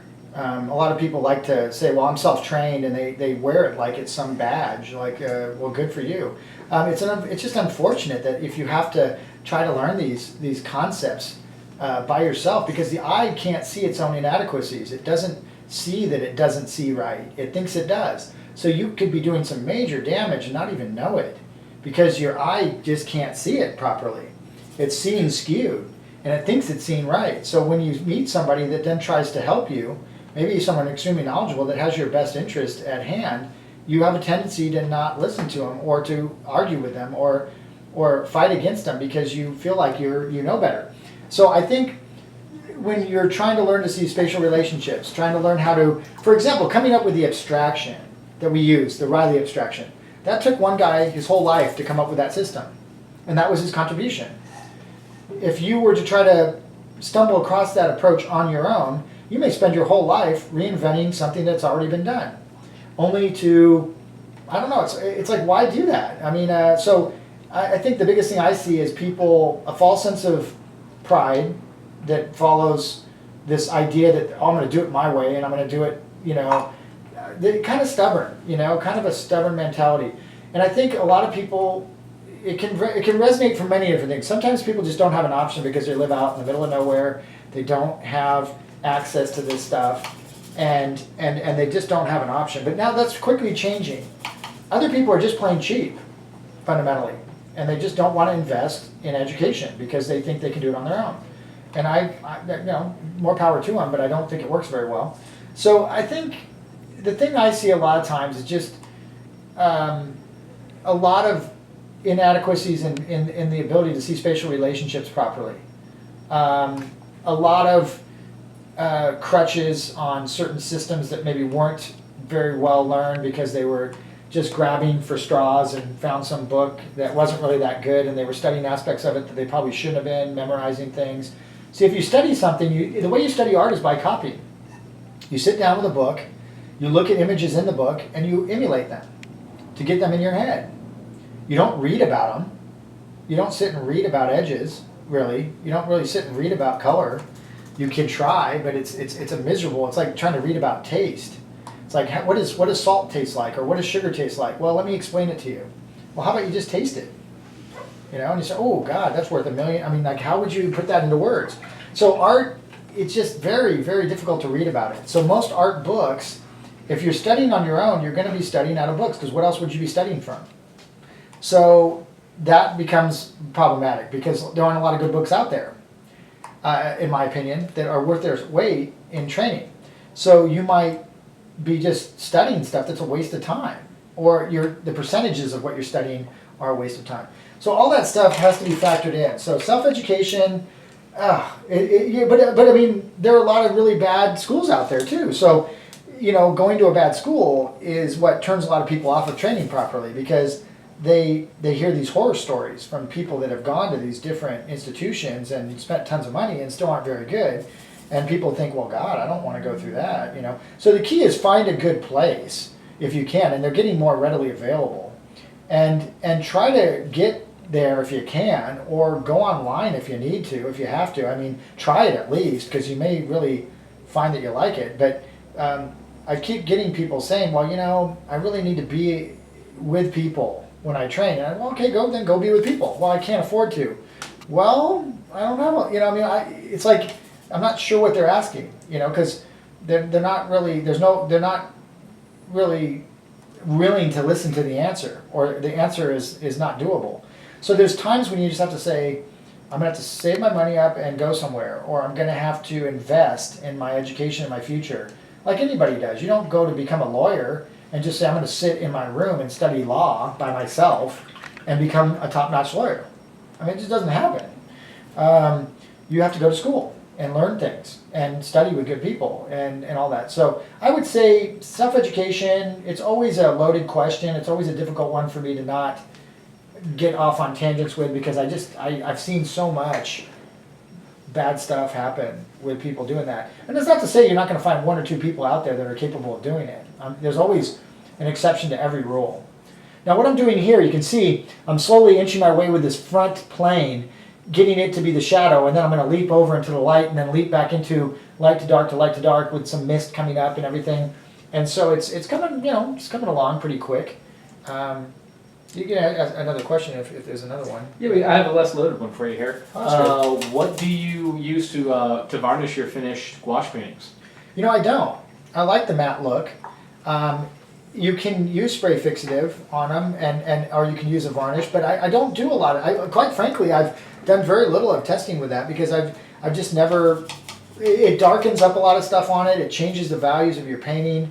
I've noticed. I know Eric's done it quite a bit, and I just don't like that. So I just I've never bothered to do that, to varnish them. I just put them under glass if I'm going to sell them. A lot of these I've done gouaches and put them in galleries and sold them for the same price point that I sell my oils for. I don't feel like I want to drop the price on them. So if somebody doesn't like that, then they don't buy it. That's fine. But I usually you put them under matte, you mat them and put them under glass, and it should be fine. There's no difference in a pastel or anything like that. So I don't varnish them. So it's probably not an easy question for me to answer. Quite honestly, I just don't do it. So down the hillside here, a little bit of topographic paint strokes showing, not that they're going to really show up that much, but I have a tendency to, even when I pencil in my pencils, I'll draw with the kind of directional flow of a hillside or something, just shading, just to show myself that that's a angle. Okay, so this little light patch coming through here, it's kind of a warm, so I'm going to mix it down here with, again, a little yellow, a little orange maybe. So my palette, a lot of you guys want to see the palette. It's really nothing to write home about. It's not like, again, these little freebie teaser things I do for you guys are just trying to show you the value of certain mediums and stuff. But to try to shoot it where you can see the palette and see the reference and see the painting and see this and see that, that's like a major, that's ridiculous. So for me, I don't mean to, I'm trying to do it the best I can within reason, and just kind of show you some little tidbits and whet your appetite for this stuff and say, hey, look, this is something you might want to play around with, So, but yeah, I can't, to make it, I can't turn it into a whole that's what I did, that's why I teach regularly, that's why we have a school, that's why we do all that. Because it's just, it's too much to do. A lot of this stuff has to be taken in chunks, So there's a lot, this is not an architectural rendering. I turn that over to my dad if I wanted to do that, because he's phenomenal. He's one of the best tech painters I've seen. As far as he's done like 10,000 buildings or something. He does architectural rendering for a living. So I've seen enough of it to know some tricks, and I really appreciate it. But it's not. I wouldn't say it's my I'm the best forte for doing tech stuff, but or building stuff, but. This will be a fun little painting. It's already shaping up pretty nice. Okay, so the shadow sides of the buildings, I don't want to make a federal case out of these. I'll put the windows in later. So I'm kind of going in with a somewhat opaque paint on the shadow sides of these structures. And they kind of meander in and out, and they sit at a weird angle. They're not uprights. They kind of come down like in an angle like this, a lot of their buildings. So they're more almost like a, sloped walls rather than straight uprights. Okay. So Jeff, do you get a lot of people coming out to the atelier that are fresh out of high school, and would you say that's a good idea? Oh yeah, if you can, but not a lot of people have the money or the, I don't know, out of high school, yeah, we've got quite a few now. I just met with a kid at the studio yesterday that's 18, that's from San Francisco area, and his mom and him were coming in, and his dad runs, he's a martial artist, and he, it was really great talking to him, and coming from that background, that disciplined background that his dad's got, he understood the value of this kind of training at a young age, so did his parents. So it was a very easy sell for them, or him, I think, with his parents. That's the biggest problem is the parents are going to want you to go get a degree, and they're going to want you to go to some big college, and there's nothing fundamentally wrong with that. It just doesn't do that good of a job training you in the arts. might be a good life experience or something, but I don't know. You know, I don't want to tell every kid that's 18 to drop everything and come out to our school, because they may not be disciplined enough, they may not be mature enough to handle the kind of training we do, because it's very self-motivated, discipline, you know. It requires a lot of thinking outside the box and things of that sort, and from that standpoint, some kids just aren't ready for that when they're 18. Some are, some aren't. And I don't know which ones are really all the time, so I can't just say blanket, yeah, it'd be great for every 18-year-old to, you know, get out of high school and come to our school. I think that would be irresponsible for me to say that, but I do think for some, it would be fantastic. It was for me. That's when I went to school for it. I was about that age, and I was more than ready to get in and start hammering these concepts and stuff, so it worked good for me.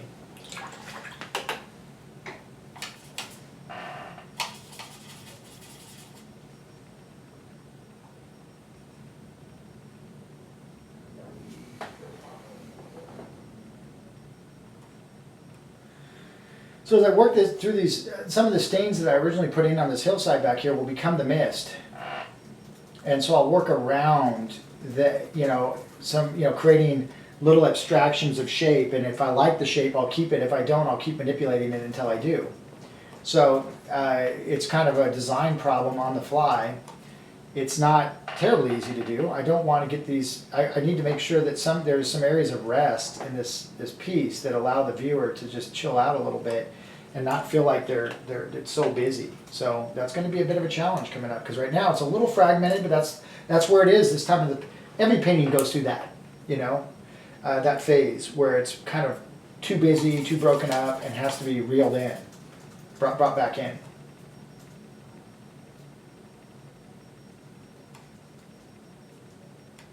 So Jeff, what's your take on organizing time for learning how to draw and paint? And do you plan on doing a video specifically about that?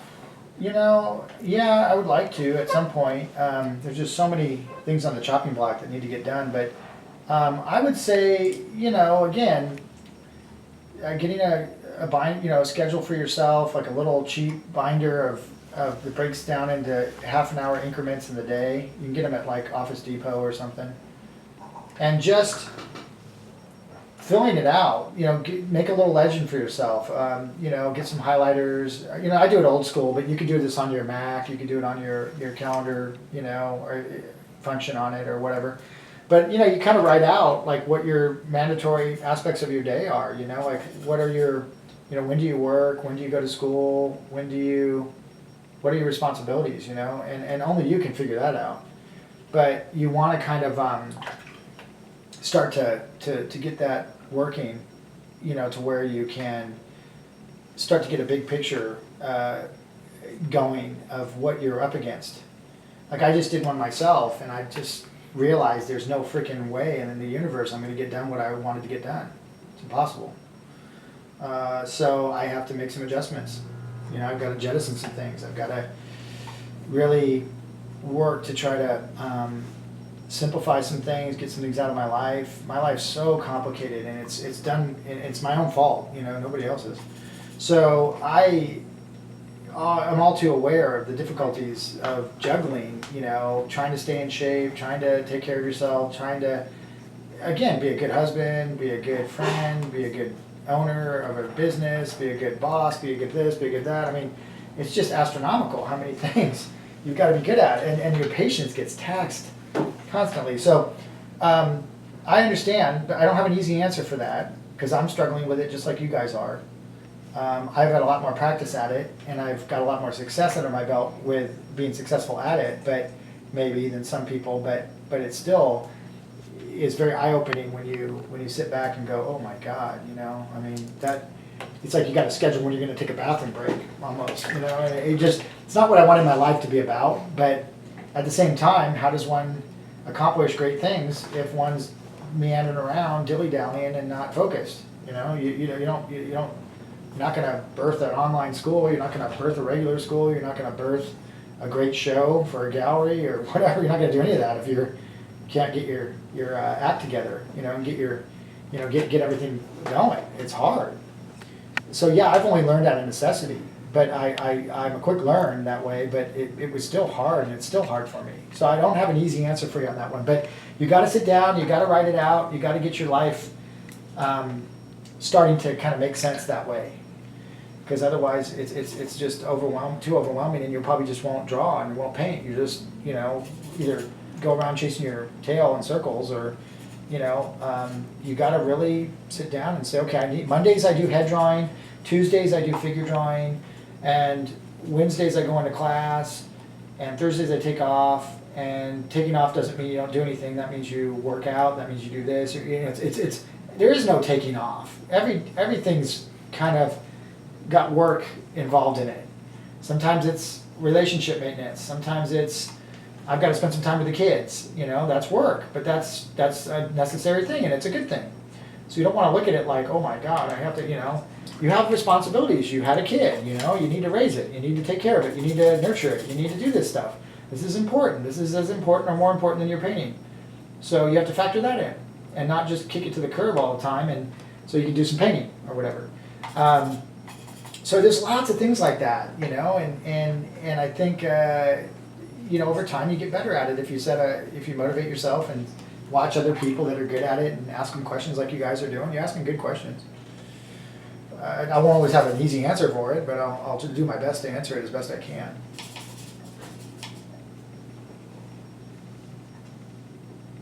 So here's a quick question regarding the online program. Do you have any advice for students looking to jump from the drawing program into the painting program, and at what point would you recommend them doing such? Oh God, you know, again, like I said, I started painting and drawing from day one. I mean, I would say some people can go and start, you know, jumping between phases. I mean, a lot of them boomerang you right back into what you're doing, and they help you to understand why you're doing it. So you might be taking figure drawing, early figure drawing, and then early figure painting. We're working monochromatically in painting when we start, so it's quite easy. I mean, it's just like drawing but with paint. So you're really actually getting the benefit. I gotta get rid of some of the touches here. Getting the benefit of learning to apply what you're learning in drawing instantaneously to your painting. So I think starting earlier than later is a really good idea for most people. I think people wait way too long to start painting. And I think, you know, you're going to open your eyes, you're going to see things that you say, oh, that's why I'm doing all that quick sketch stuff. Oh, okay. And it's not going to hurt you to see advanced stuff or even try it. You might back off a little bit. You might take it and then wait another year and take that phase a year later. Just introduce yourself to it. Maybe it's one of my dad's phases on composition or something, but you're not quite up to snuff. But does that mean you wait 6 years before you even introduce yourself to it? I would hope not. But some people, you know, it's not algebra, you know. I mean, it's not algebra 1, or pre-algebra, algebra 1, then, you know, trigonometry, and then calculus, and then it's not cut and dry like that. You're going to jump over to a more advanced phase, then come back, work really hard, go back and try it again, learn a lot more the second time. You're going to be jumping back and forth like that. So in an ideal world, I would say people, I know it's a financial thing for a lot of people. It's like, well, you know, I don't have enough time, it's too expensive to do both. I understand, so you have to do it the way you have to do it, but I think trying it at least, and then you can always back off back to the drawing phase if it's too much for you or something. We've tried to make it as easy for you to do that as possible, to where you can jump back and forth and try things. Now again, I'm trying to use this little ruler here, but this thing's kind of cattywampus. I'm trying not to block you guys, so it's a little bit difficult to do. I'm just going to try to find some of the bottoms of these rooftops. And I'm just going to kind of spot my darks around just to kind of get some of them anchored a little bit.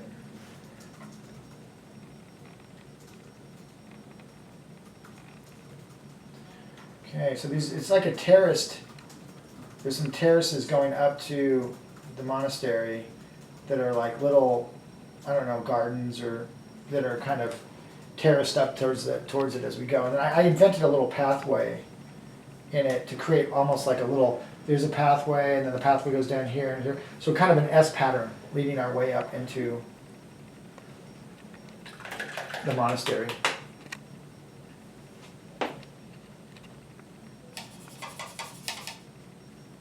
So here's a little bit of a different question. What was your experience like working with the Jonathan Levine Gallery for the Imaginative Realism show? Well, it's just for me, it's really nice that they asked me to do it. I mean, that's an area that I was very fond of and I still am. I love imaginative realism. I love a lot of the painters in it. They're some of my favorite guys. They're some of the best guys I know out there. So I have a huge respect for that genre. I still play around and dabble with it. Patrick's awesome. Wilshire, that's kind of helping head up some of that. And it's just really it was really fun. It was really, for me, it was just kind of a fun thing to play around with. I was coming out of a funk at the time, so it was trying to wrap my head around it and get, always want to do my best work no matter what I'm doing, if I'm doing anything. And I think it was an okay piece I did. It was pretty good, but it, there's things I would do over or better on it or whatever. But I had a good experience with it. It was fun. Yeah, and I think I'm doing another one coming up, a little one. So I kind of keep my hand. It's a way for me to keep my hand in an area that I've always kind of, there's a part of me that always will want to do that, or, and it's not that I can't, but I have so much stuff going on that I have to pick and choose what I spend my time on now. I can't, I used to think I could do everything. And I was very ambitious in my teens or my 20s and 30s. I was really crazy. And now I'm kind of losing steam a little bit on trying to, do so much. So I'm trying to pick my battles and be more intelligent about how I plan my time, and just so I can do the best work I can and not just be doing okay work in 52 different genres and 52 different industries, and just try to stay a little more level-headed about it. So it was a good experience. I definitely went around the horn on that one, so it was good. Okay, there's a little light hitting this tree here. So I want to kind of dapple in some nice, kind of almost like a lime green, little limey green on this tree down here that's going from light into shadow. And there's also some grass and light areas on the top of this hill, or, at the base of the monastery, and there's a little bit over here. So now that I've got this loaded up, I might as well sprinkle it around a little bit and maybe help to get some of that raking light effect starting to take hold.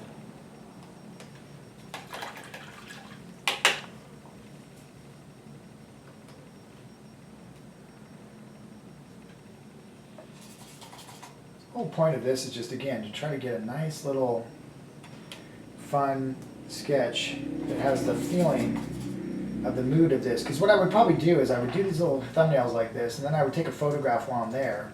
And then I'd come back in the studio after the trip, and a couple months would probably at least a couple months would go by, sometimes a year or so, before I get back to actually working on a show from this particular trip. And I would then revisit these little comps, and I would revisit all my photos, and I would start to see which ones have the most promise for doing larger efforts out of them. Some of them would just be nostalgic, just like, oh, I remember that day, and that wasn't the greatest painting, but what a cool experience being out there painting that. And the whole reason I got into fine art in the first place was to travel and paint.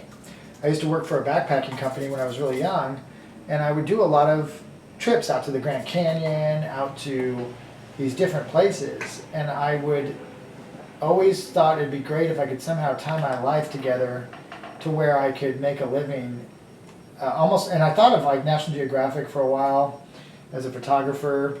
I thought that would be a wonderful lifestyle, that you'd be perched in some tree waiting for a leopard for a freaking month or something, to come by, or it probably looks more romantic than it really is. And now having gone out and having been, and I'm a fledgling photographer. I mean, I'm okay. I'm not going to win any awards, that's for sure. But I do enjoy it, and I do get enough to get my work, to get paintings from it, and that's really all I'm out there to do.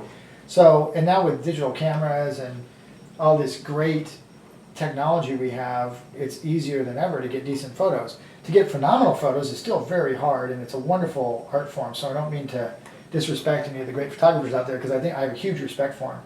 It's just, for me, I don't need to be at that level. I just need to get decent reference, decent photos. So it's a combination of sketches, photos, and then I come back and I compile it into a show. And that show might take years to come to fruition. It might take and lots of hours, man. I mean, like hundreds and hundreds or thousands of hours of work to get a show to come to fruition. The traveling, the this, the that, the investment of time, the money. That's all stuff you're investing in yourself. You're investing in your future. You're investing in yourself. There's such satisfaction knowing that you're investing in your own, who you are and what you're doing, your dreams, your aspirations. Now, in the meantime, you might have to do some freelance illustration. You might have to take some jobs, doing other stuff. And 90% of the time, that's the way it is. But it makes you appreciate this that much more. I've had to start schools. I've had to build things just to try to get an opportunity to do the things I really always wanted to do. And part of that might have been me just being not confident enough to go out and try to do it, when the time was or whatever. But it's hard, it's a balancing act. But I do think that it's totally doable and it's fun, and you got to have those really powerful whys, those really powerful, why are you doing it? What motivates you? What gets you up in the morning? What keeps you motivated to do such hard work? And it's got to be something that's really in your heart, And again, you might have to do other things that aren't quite as much in your heart, but if this is, you say, well, I'm going to work really hard, I'm going to do this, I'm going to balance this so I can take this trip, it's going to take me a couple years to plan it. How much more appreciation do you have for that trip when you take it or whatever? I mean, just the amount of satisfaction that comes from it. Now look at how simple that structures are. They're just little blocks, little color blocks, little color notes. I'm not trying to get into every greeble, every little nuance, every little tidbit. I'm trying to just get the big sculptural effect, some little windows here and there. It's an indication issue. And what's an indication? It's the illusion of reality. Smoke and mirrors, it's an illusion.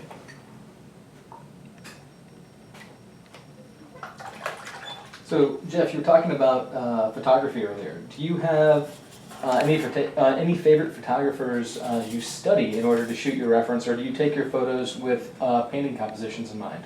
It's a combination of both. Galen Rowell, who was a great travel photographer, was a great travel photographer. He died on a trip years ago in a helicopter crash or something, but he was a phenomenal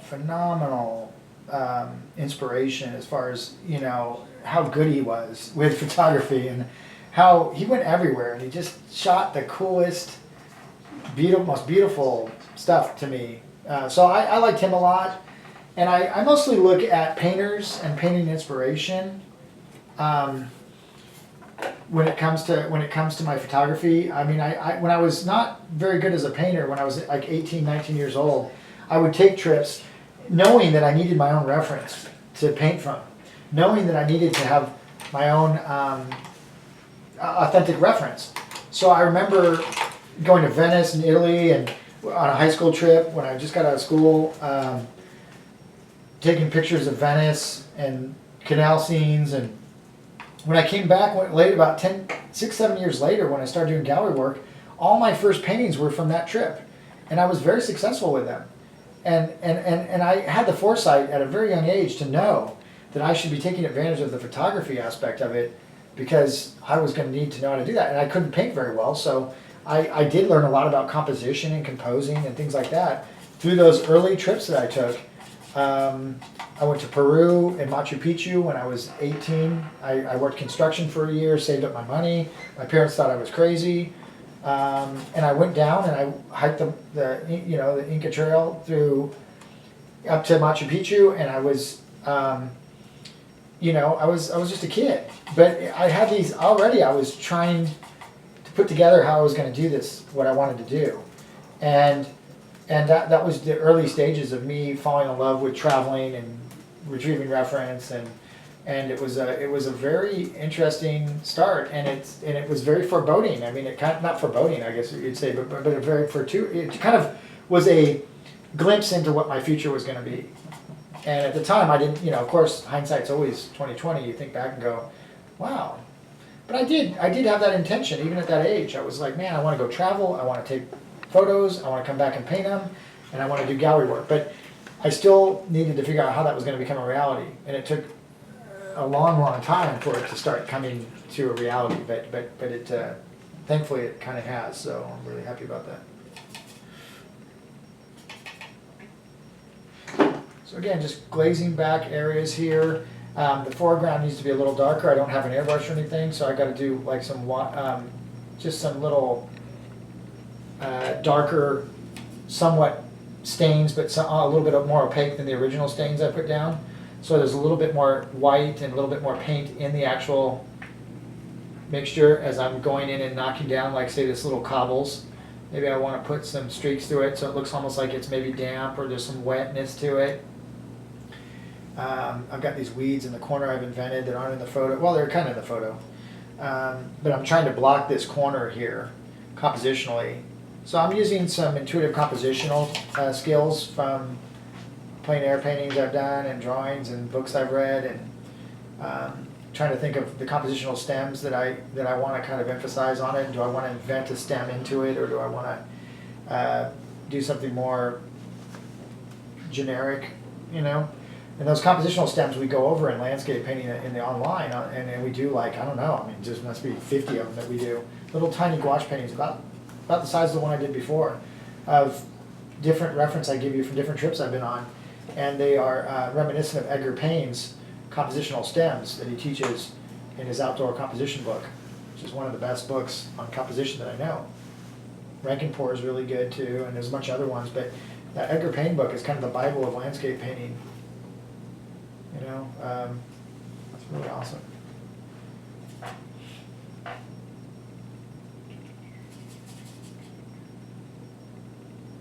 So here's a bit of an abstract question. When you master something, what makes you want to keep going? Well, mastery is an elusive concept. It's as fleeting as anything you can think of. I mean, you know, you only master it for a short amount of time until you get lazy and then it goes away. You know, so mastery, again, yeah, mastery is a concept that I think is thrown around way too casually these days, similar to genius. You know, like when someone gets a master's in something, they haven't even yet really gone out and got any personal, private, you know, real experience. They've just gone to school. So how can one master anything without having applied it to real life and become a true master through the trials and tribulations and usually failures that come along with becoming a master? So I think mastery is a process that's always morphing and is always elusive. It's very Zen-like. It's always kind of within your grasp when you're working all the time, but then it's, like I said, it's very elusive. It'll just disappear on you because you got lazy and stopped training and stopped thinking about it and stopped being connected to it. So I'm never cavalier about, if I do have mastery, and I do believe I have some mastery in certain things, but I never take it for granted, and it's always just one step from vanishing on me. And I know that, and I respect that. And so when it does go, I'd be the first person to say, well, at one point I was somewhat, had some mastery over that medium at one point. But right now I don't believe that to be the case as much. You know, I mean, I need to go back and work on it a lot. Like there were times when I was inking at a very, very, very high level. I wouldn't say, you know, it could have used work for sure. I mean, it wasn't maybe, you know, Frazetta or something, but you know, that guy's one of the best of all time. But it was quite good. And I felt like if I had really pushed, I maybe could have got some form of mastery over it. But I've always been aware that that's just it's a small thing that you may feel for a short period of time and then it'll go away, you know. So I don't know about true mastery. True mastery is extremely rare. And if that person is a true master, then they're working at a very high level all the time to maintain that mastery, like Soroya or someone. They were in it every day, doing it every day.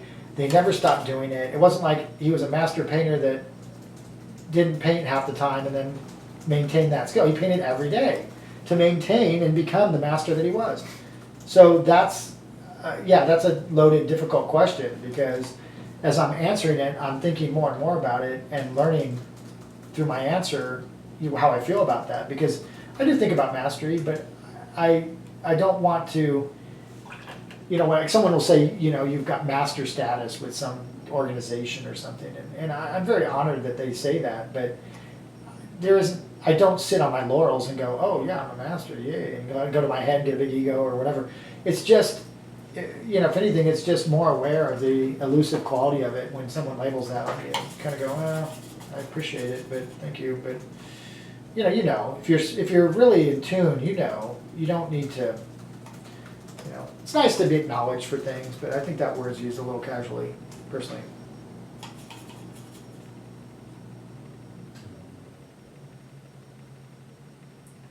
A little dry brushing, which means just to kind of skim over areas with paint that has very little water in it, and it gives it kind of a splintery look, like right in there. It's very nice.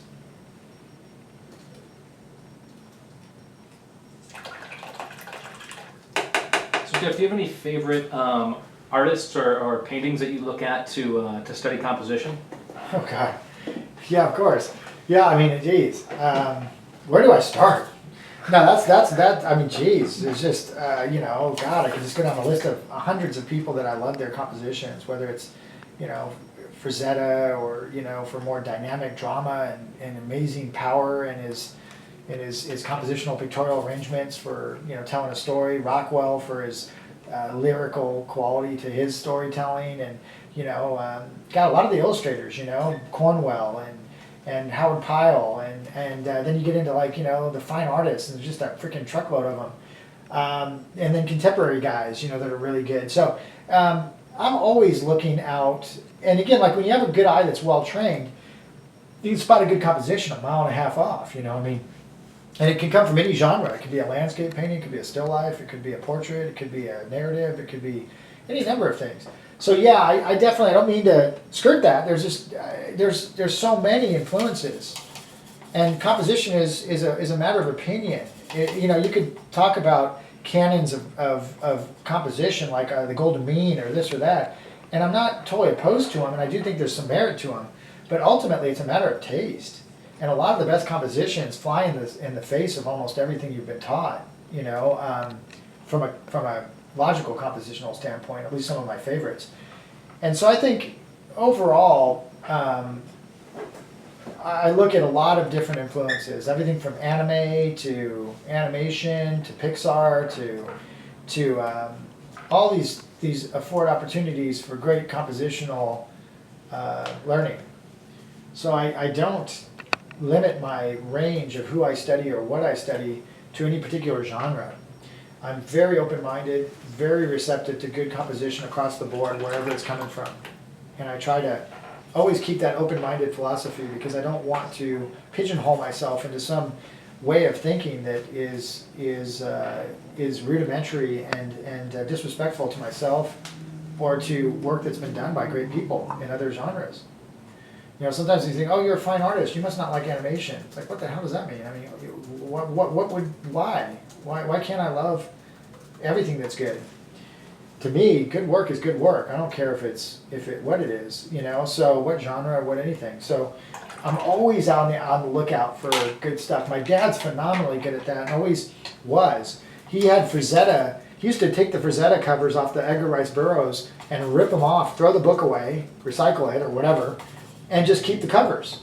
Because that was way before anyone even knew who Frazetta was. That was way back when Frazetta was just coming up. And my dad already just recognized in 2 seconds how phenomenal that guy was, and locked onto him. And a lot of people didn't even, took a long time for people to fully catch on to how good that guy was. But some people say, well, yeah, it's too violent, and it's I don't like the subject matter. What does that have to do with anything? I mean, we're talking edges, value, shape, composition, storytelling. I always laugh. I'm like, well, what is that? It has nothing to do with what I'm talking about. I mean, that's a moot point. But some people can't get past that. That's okay. It is what it is. But I love his stuff. So yeah, composition, influences come from all over the place for me, and I'm always on the lookout for new influences, new people that I can borrow from. I would say steal, but that sounds kind of. I like to prefer to maybe say more borrow. So segueing from that, what are some of your favorite imaginative realism artists? Well, again, Frazetta being one of the grand masters of it. Let me think a little bit more. I used to, I like a lot of comic guys. I like Frank Miller and Mignola and all those guys. I like some of the guys like Craig Mullins and Jamie Jones, and those guys like some of the conceptual guys that do really beautiful digital work. I'm not opposed to digital at all. A lot of people think I'm anti-digital or something. I think digital is one of the most cool mediums that's ever come around. At the end of the day, I like to have originals. That's just me. But I think digital is phenomenal. It's a really high-end design kind of medium because you're doing a lot of photo bashing, you're doing a lot of manipulation that has to do with finding the right reference and putting it together and composing it and cutting it up and flipping it and changing it. So I'm trying to think, God, just a bunch of young guys out there. We had Chris Ron out recently. He was awesome. Just a whole slew of them, Justin Sweet and there's just a lot of names are escaping me right now because my head is just. Do we want to go ahead and give an announcement of who's coming out for the illustration? Yeah, because Palumbo's. I should go ahead. So Dave Palumbo will be joining us for the illustration boot camp coming up in January. And he's phenomenal. So I mean, he comes from a great lineage of painters. His whole family is phenomenal painters. So Julie Bell and Boris and all them and Dorian and. So just there's so many great people out there, and a lot of them do exist in that genre, in my opinion. Some of the best painters I know in painting today are in imaginative realism, in my opinion. Equally as good as any of the fine artists I know, and then there's guys like me in situ and Morgan Westling and these guys and Jeremy Lipkin and people that I really admire for their just edge work and storytelling and all this kind of stuff. So there's, I love good work, and I'll take my hat off whenever I see it in any way, shape, or form. I am never elitist or you're a sight size guy. I mean, there's some sight size stuff that just blows my hubcaps off, and then there's other stuff that so it's this mix. You're always trying to find that balance for yourself. And I think a lot of people get too dogmatic, and I think I think you need to keep an open mind and be very receptive to the fact that there's so much beautiful work. We don't need to be fighting amongst ourselves as artists. We need to acknowledge the good work being done by all the different genres, and quit taking sides. Like it's comparative measurement against sight size. I mean, who gives a crap? I mean, at the end of the day, good work's good work. How you get there or what school you go to or whatever. It's all about just doing good work, How you get there is semantics. But, I do have my biases towards certain things because I've been in the trenches doing it for an awful long time, and there are certain things that I just know work really well. And I've seen them work time and time again, and I'm a big believer in them. That doesn't mean it's the only way or the best way. It's just a way that I've seen that I really admire and acknowledge that it's a very good way to work. So anyway, keep an open mind if you can. I want to sprinkle a little bit here. I'm almost done with this one. Any questions? Not at the moment. Good, okay. Well, I don't know why I'm egging them on. Should be like, oh, let me paint for a second. There's some little flowers here that are really beautiful. I'm going to kind of sprinkle in. So straight orange, a little bit of yellow mixed in there. And just along this little garden area, what a beautiful freaking structure. That structure was just so gorgeous. All I can think of is the guy that I was with got really sick when we were there. One of the guys. But it's just a cool, beautiful. I mean, I remember running down the hill to get this raking light. Because the time I was there before, it was raining, it was gray, there was no light at all. And I thought, God, that would be so spectacular if there was just some light on it. And then we were driving by and the light came out, and I made the guy stop, and I ran freaking a mile down the road with my camera and got some really nice shots. But that's what you have to do sometimes. Sometimes you have to go that extra mile when you're tired, you don't want to be doing it, you're on a trip, you're supposed to, when I go on trips, I know a lot of people say, oh, it's so romantic, and it is, it's wonderful. But it's also work. You're there to work. You're not, you're there to get the good image, to get the good painting, and you got to get the lighting. And when everybody else is hanging out, having a cappuccino, you got to grab your camera, jump on. You just came back from, hiking for 6 hours. Your feet are killing, your back's hurting. You got a heavy pack. You drop it. You grab your camera and you go scurry up a hill where everybody else is hanging out, and you try to get a good reference. And so it's hard. You know, you got to be in good shape. You've got to take care of yourself, you know, so you can get into these obscure places like this, if this is what you want to do. So there's different requirements to be this kind of painter. To be a kind of painter where you're an adventure painter or whatever you want to call it, you got to get out there and walk the talk and load up your pack and, you know, and hit the trail, you know, and it's hard. You know, it can be somewhat dangerous at times. It's got an element of risk that's different than sitting in the studio, for sure.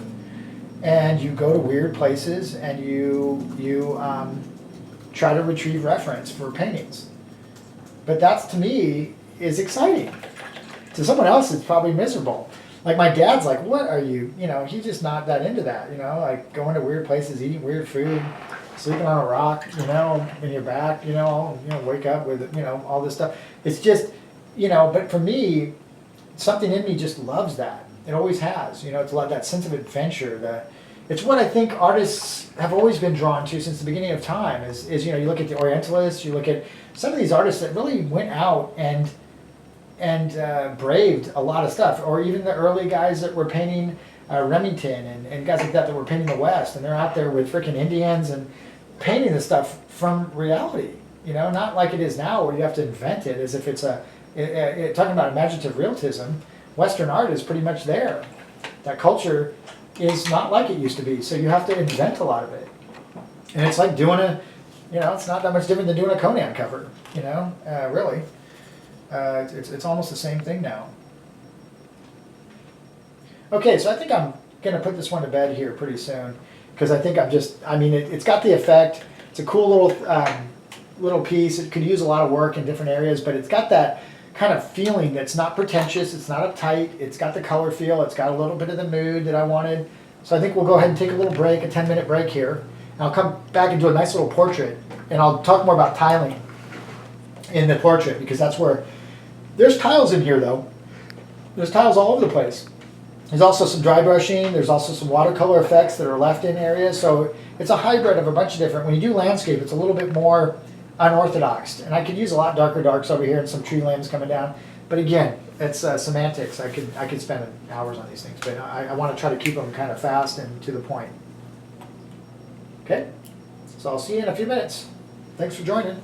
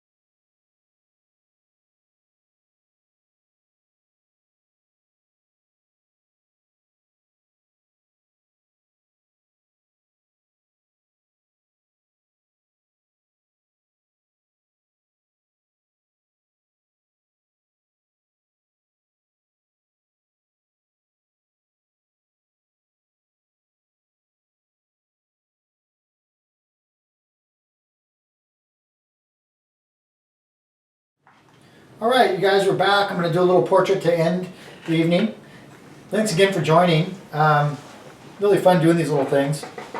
I'll try to do more in the future, but we'll be working on them. Okay, this is just so again, with most heads, I'll lay in a little wash. A lot of times I'll do a little bit of a reddish, blue-gray, and a little bit of yellow across the forehead. The cheeks have a tendency to have more blood flow, the ears, the capillaries in the nose. And, a lot of this will start as more of a watercolor. And then we'll work our opaque passages up from there. So a lot of times I'll wet the whole board if I'm doing this in like a gouache head class or something at school. But these are just really quickie little deals. So we're going to just temper, get the, basic color feel of an area. Not too fastidious, like the stripes in his shirt, the outfit he's wearing, I'm not going to try to watercolor that in. You could get really anal with it if you want, but again, these are gestures. And gestures are the domain of invention, manipulation, idealization, a lot of interpretation, a lot of Asians. Everything comes down to that, like just looking, analyzing, and then deciding, do I like it the way it looks? Do I want to change it a little bit? Do I want to do this, that? You want to stay very fluid, and it's tough to do when you're in the heat of, the situation or something. So let that dry a little bit. Okay. So here's a question about brushes. Are you really diligent about cleaning your brush? If you're really diligent about cleaning your brushes, can you use the same set with gouache and oil? No, doesn't work good. Once I translate them, sometimes I'll use my gouache brushes and they get a little bit old. I'll go over and use them short time in oil, but they don't last very long. In gouache, brushes will last a couple years usually if you just soap them up every once in a while, clean them. I don't clean them religiously at all in gouache, hardly ever. Occasionally a little bit of soap or a little bit of Castile soap or something you could use. But really, no, I have separate brushes for oil, separate brushes for most of my mediums. I don't cross them over very often. Just not a good idea. Doesn't work very well. So it does mean having to invest a little bit in a couple different sets of materials. And I know a lot of people, that's a bit hard for them when you're a student. So just inch your way into it. Use limited palettes. If you want to get exposed to a medium, don't go buy, 15 tubes of cadmiums and stuff. Just use little, use a monochrome palette. There's no, again, I don't know why people are so opposed to monochrome. It's wonderful. I mean, you get most of the benefit of the actual exercise. Again, color is going to be your most flexible of all your disciplines. If your edges and your values are great and your shape design is impeccable, you can get away with murder in the color department. And you'll probably want to, because a lot of the colors that you want to use or you want to bend your paintings towards are probably not going to be really that present. Especially if you're painting outdoors, a lot of the sun bleaches all the color out of anything in the light because it's so powerful. And you're stuck with using your more bold color notes in your intermediate halftones relegated to shadows, or that are going into the shadows, or in the shadows themselves. And so the light really isn't colorful. It's actually bleached out a lot. So that's something that a lot of people don't get. They go out and plein air paint, and the sun is just brilliant, so it just bleaches everything out. Here's a fun question. At the Atelier, how do you decide which student pieces become a wall hanger? Usually it's a consensus, but a lot of times, having done it for 30 years now, 25 years, I've been involved in the school type scenario in that type arena for about 30 with the school I went to. When an awesome job has been done. Now it's hard because there are a lot of potential wall hangers that don't really make it because there's just so many good people at the Atelier now. It's like blows my mind. But we have probably about 200 of the ones I've kept. And that I have to document at some point and put them up on some on Instagram or something, but that's just another thing to have to do. So, but we do have a lot of them. So yeah, wall hangers are a rite of passage at the school.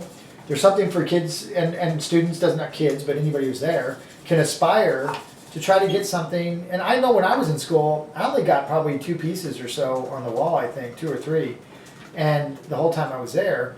And I really loved that carrot in front of me to try to get on the wall along with Morgan and the rest of these guys that I had admired so greatly as a student. I really wanted to be amongst them. And so I felt like if they're that good, then I need to be that good, because I'm going to be competing out there in the same arenas, and I need to make sure that I have my chops up. So it was a way for me to just motivate myself. I always love little things like that. I'm always motivated by competition, and not negative competition, just trying to be good, trying to be as good as I can, and using other people to help leverage myself, but not trying to do that in a very non-negative manner. You don't have, competition doesn't have to be brutal. It doesn't have to be cutthroat. It can be really wonderful if you see it and use it in the proper context, in the proper way. But man, all too often people get their ego involved, or they get the cart in front of the horse, or they start letting the negative aspects of competition trickle in, and that's when it gets kind of ugly. And you want to try to keep that at bay if possible. So a little bit of a watercolor feel right now, quite nice. Let's see, with all that ruddy red in the face, maybe a green dark coming down here, which is hard to catch on the camera probably, but it's got quite a bit of green in it. I can even put some of that more little.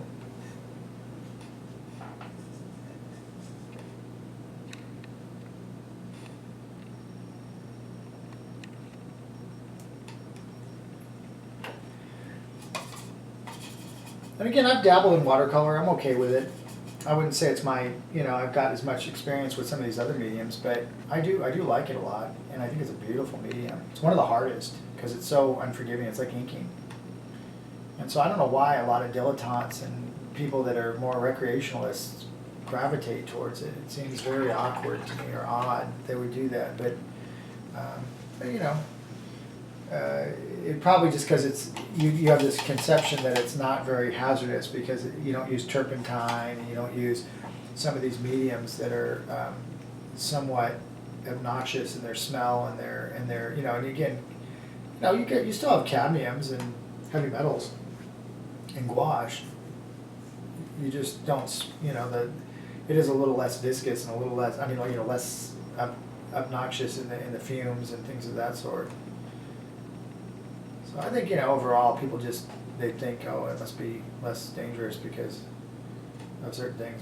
And it's definitely more manageable for sure. The fact that you can leave it and come back to it whenever you want is just a godsend. I mean, like, you can leave it for a week and you don't have to worry about it and come back and it'll be ready to go. So you can't put a price on that for me. If you have a busy, hectic schedule and you can't paint day in and day out and you have to hit it in small bursts, then a medium like that is just perfect for that. My dad always used gouache growing up, and he's a phenomenal, one of the best gouache painters I know, especially for tech painting, planes, trains, automobiles, spaceships, whatever. He's just stellar at it, and I grew up watching him work in the medium, because he was always doing jobs and stuff in it, and so I was very aware of it way before I ever met Fred and learned the tiling method and the different methods that he taught. Because the whole point of gouache at our school originally was to use it as a bridge medium between charcoal and oil. It was that link or that bridge that we were trying to find between the two to get yourself to kind of transition over into oil, because oil is really where it's at as far as longevity. It's the Rolls-Royce medium. It's what everybody wants to use and wants to be good at, but sometimes you got to inch your way into it with other mediums, and again, because it's expensive. When you say Rolls-Royce medium, it's priced like a Rolls-Royce. I mean, it's expensive. So to go in and try to use it in the beginning when you don't have a lot of money, when you could be using something like gouache or maybe baby steps into it through charcoal, it's dirt cheap, that's why we do it as much as anything, is to help people transition into it without killing them financially, you know. So it's as much about that as anything.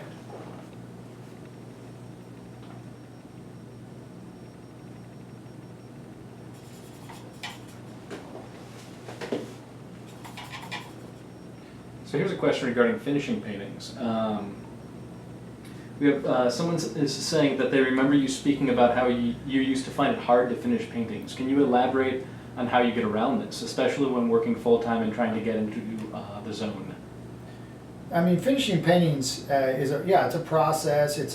Sometimes you have a really strong vision in your mind about some piece you want to execute, but not often. I mean, a lot of times it's an organic process that occurs as it happens. So, keeping your eyes open for happy accidents, learning to know what kind of wheelhouse you're putting yourself in, meaning what kind of style are you painting in? Are you trying to be reminiscent of a Sorolla or a Sargent, or are you trying to look more like a Bouguereau or Gérôme? Because that's going to dictate the finish a lot differently, and you're going to have to work accordingly. If you're working in glazes, or you're working up to a finish that way, you approach the painting in a way different manner. Not only technically, but emotionally, spiritually. It's a different process. Some people are just impatient and can't spend hundreds and hundreds and hundreds of hours on an effort because they just don't have the patience for it. So they're going to go more immediate gratification, and they're going to pick techniques and methods that are a little bit more geared towards that. And that's not to say that they're any less than a Bouguereau. I mean, you look at a Bouguereau, and that is not slapped out in a matter of an afternoon. But you may look at another painter and say, well, that's probably a couple day effort, if that, maybe if they hit it right. But yet the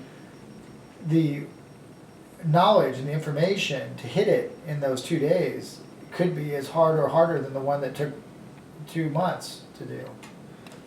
So there's lots of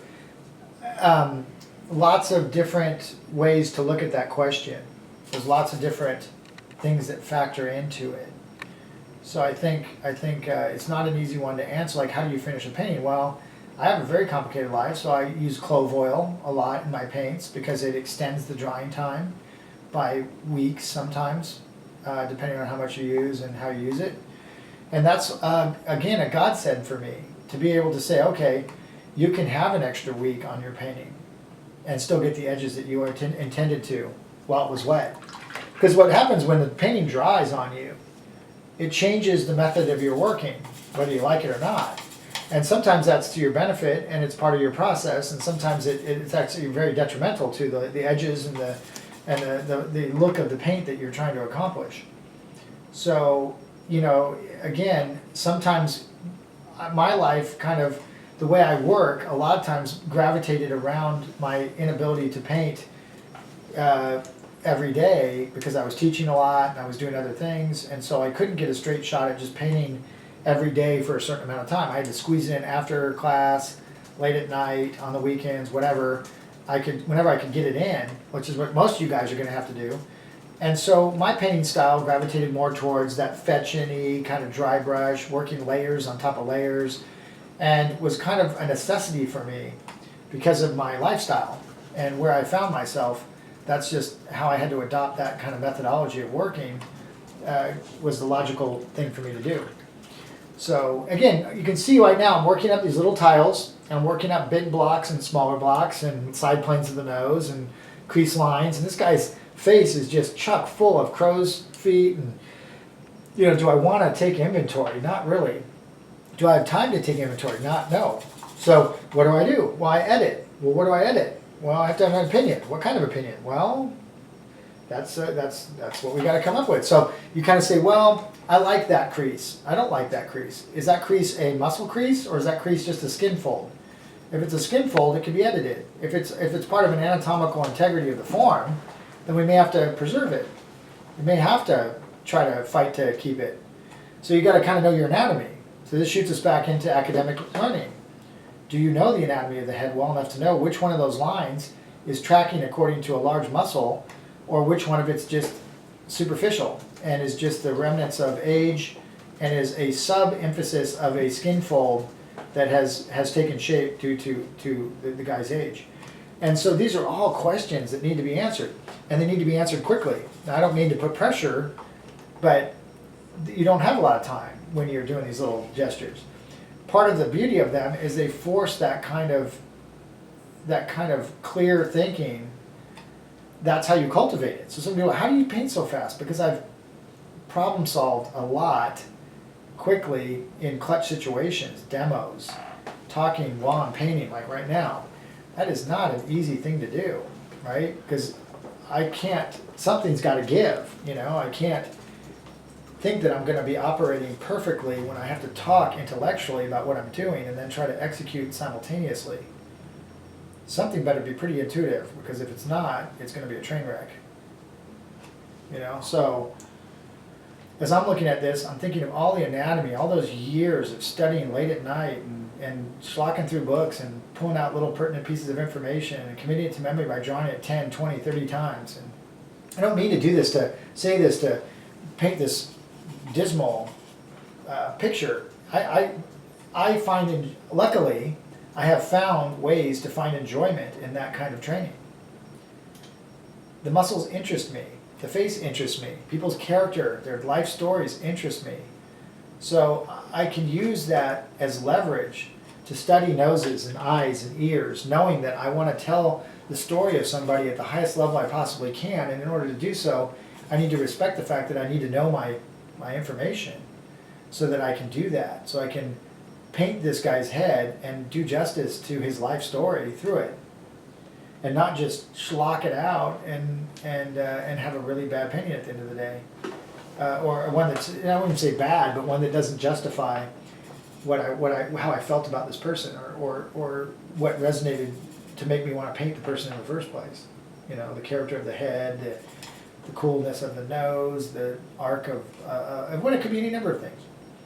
But these things go through my head when I pick my subject matter. Sometimes, well, how do you know what to paint? How do you pick stuff to paint? It kind of picks me. I don't really pick it. It's there, and it resonates for some reason. Sometimes it's very specific why it resonates. Sometimes it's very abstract. Sometimes I can't really put my finger on why somebody looks interesting to me or why I want to paint their head. But I'll say that this person looks really cool, and I usually gravitate with people that have lots of character, because I think I really respect a person's life and what their face says about it. This guy, it looks very happy, but he's had a hard life, you know. But he's not. You can tell he doesn't feel bad about it. He's got a certain dignity with his age, a certain honesty, a certain integrity that resonates with me and makes me want to capture a painting of him.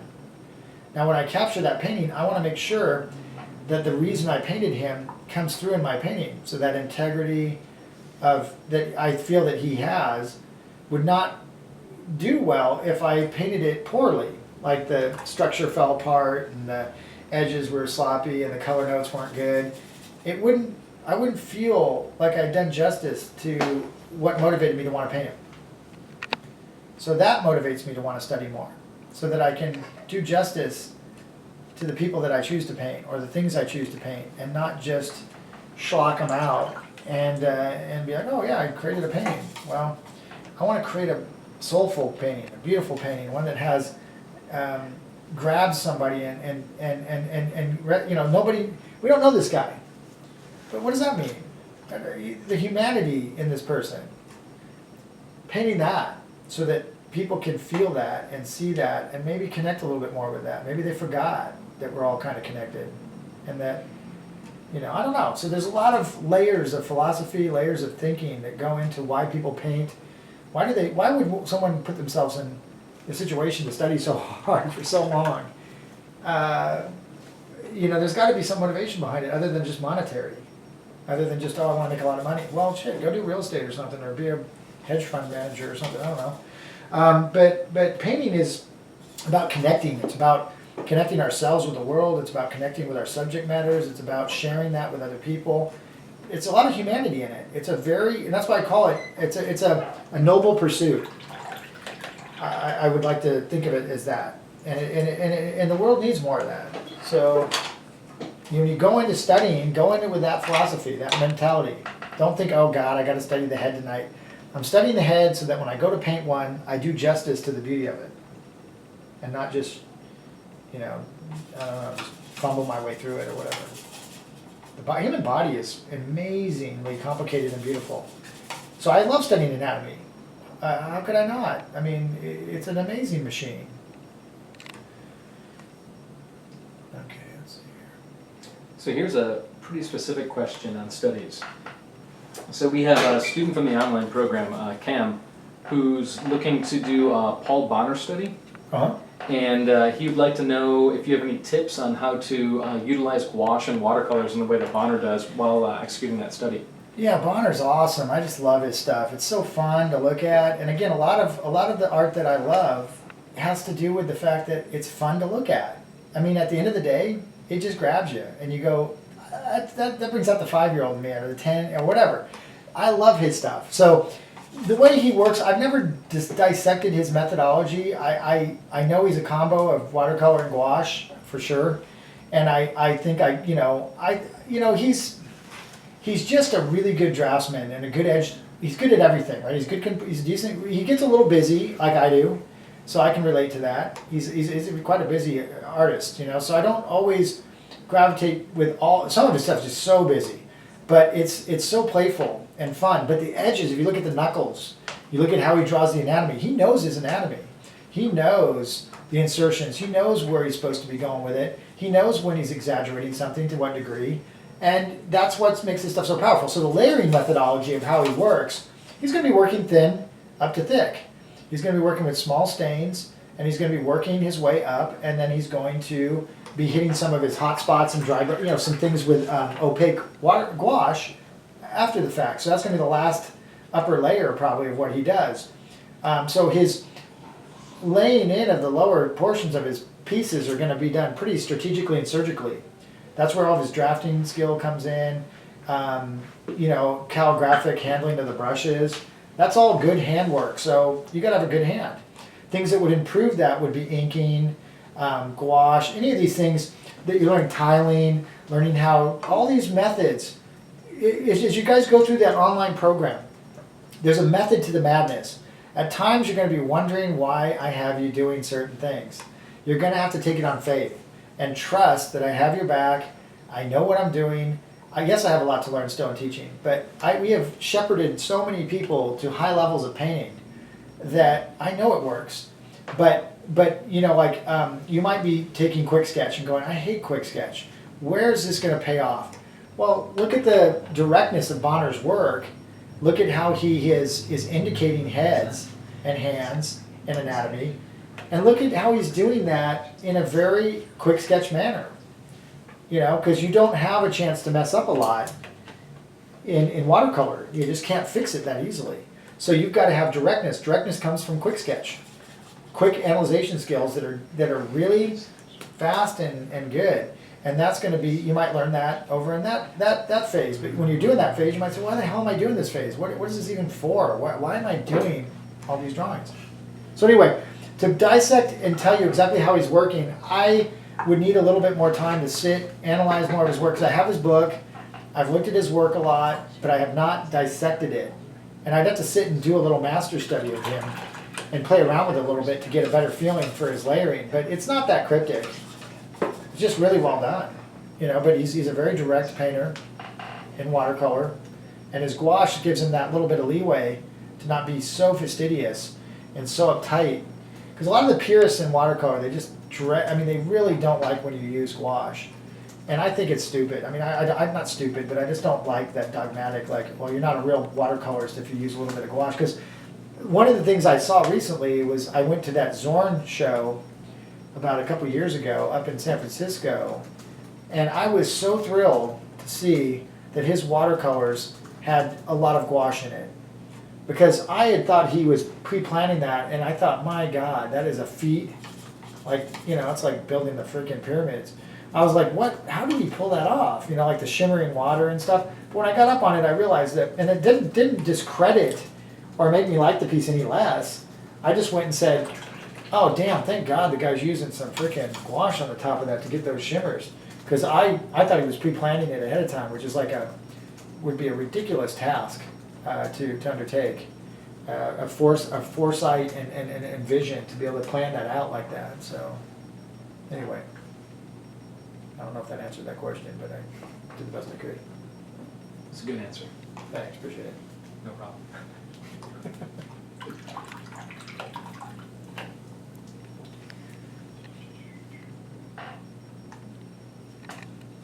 My little, move this for a second, so I can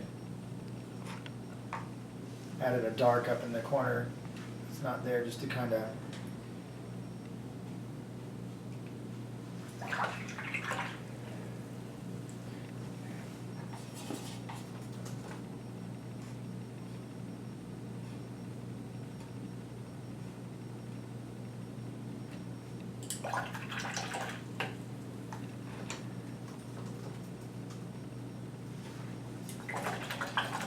So the head's blocked in, everything's getting blocked in, but there's a lot of finesse that needs to be done, but that's okay. We're moving along, I think, really quite nicely.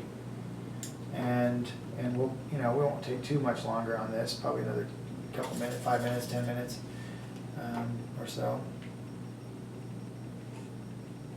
So I gotta go back and pull some of those crease lines. As I did some water blending, we lost some of them. I don't wanna go back and take inventory of all of them. But just getting that feeling and flavor of his head, just the kind of, that mouth being slightly open. So I'm going back to try to get that a little bit now. Some of the heavy crease lines on the side, or the laugh lines. Maybe add a little bit more red into those creases. I don't want them to be too dark, too black. Maybe lighten them up a little bit. And then go in and again pull some of the deeper ones out. And they really are very lyrical in their way that they wrap around his brow ridge.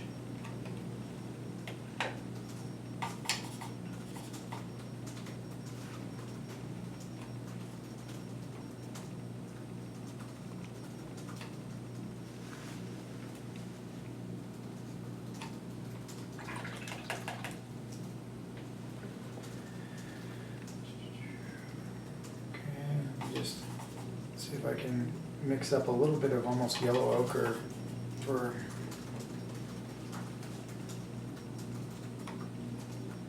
some of these in-between stripes on his outfit here. It's kind of like a kimono, but not really.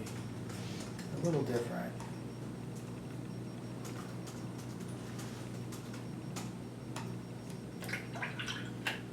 Just kind of going through real, this is just, it's not like I'm trying to do it perfect by any means. I'm just trying to get a little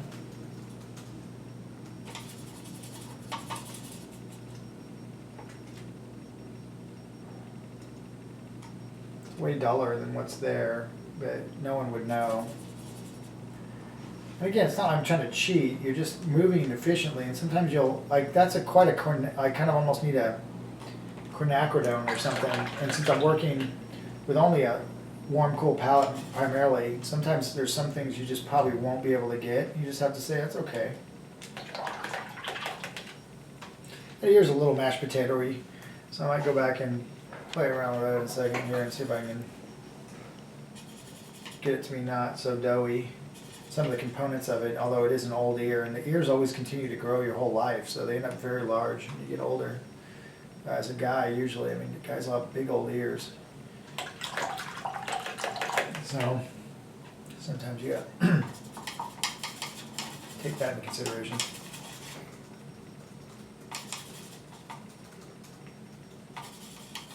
Tom, sounds like you're typing a book back there. What's going on? Oh, I'm typing a book. No, I do have a question though here. So could you talk for a moment about hold on a sec, it's scrolling up here. Could you talk for a moment about what situations you would paint outdoors in gouache and what situations you paint in oil? Is oil as mobile, and can you take it out as easily as gouache? Yeah. Gouache. Oil is. I do a lot of plein air in oil, and again, like I said, the biggest reason I don't like to all the time is because of its weight. The tubes are a lot heavier. The setups are need to be more sturdy and durable. Like again, you need a really good tripod, really good pochade box, or a really good French easel. And those things are heavy, man, freaking heavy. That's all there is to it. So I mean, if you're going out locally around town, I would say for sure, I would probably pick oil and go out and do that. But the whole point of this particular, let me let the train go by. But anyway, I was drinking out there. Get ready.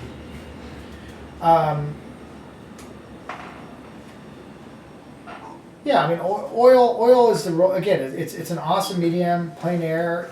You know, I love doing it outdoors. I love going out. It's kind of like camping where it's always miserable when you're doing it, but afterwards you just say, that was so fun, man, I'm so glad I went. But early in the morning you have to get up and get out there. So a lot of times when you choose between whether I should take gouache out or whether I should take oil out, it's really a personal preference. But the value of going outdoors and working is to see how light works in nature and how it presents itself.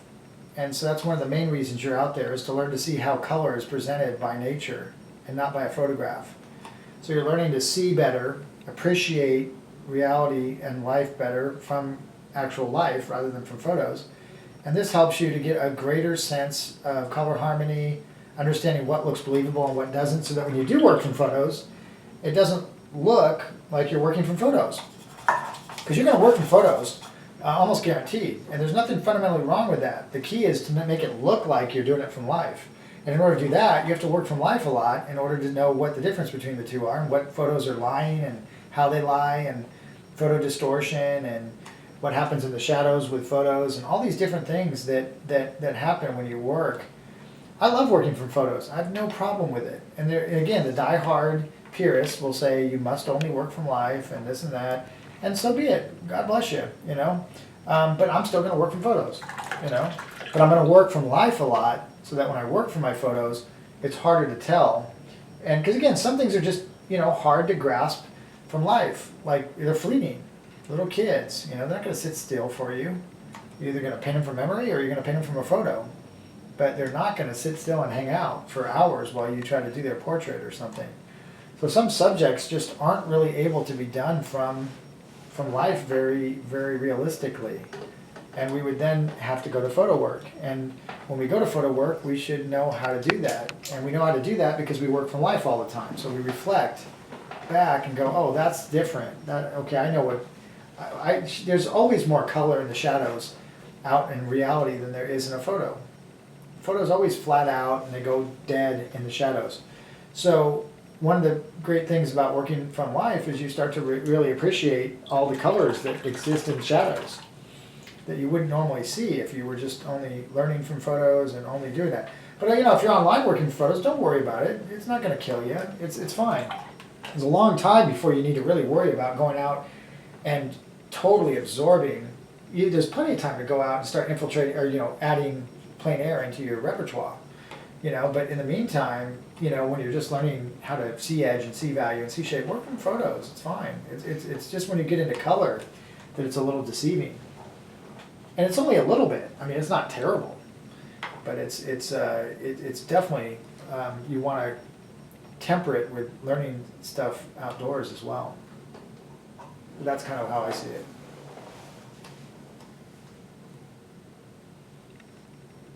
So, what are some things people don't? What are some things that you notice people don't think or know about, or maybe overlook when pursuing a career in art? Just the difficulty of it. You know, everyone thinks it's some kind of God-given gift that was bestowed upon you genetically, and that there's no work involved.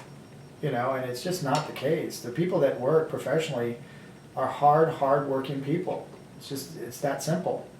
It's whoever's left standing at the end of the day that's willing to do the work. Those are the ones that are out making a living at it and doing it. So I think a lot of people go in either with just these really cavalier, casual ideas, or they dumb it down because it's such hard work, and maybe they're not willing to do the work.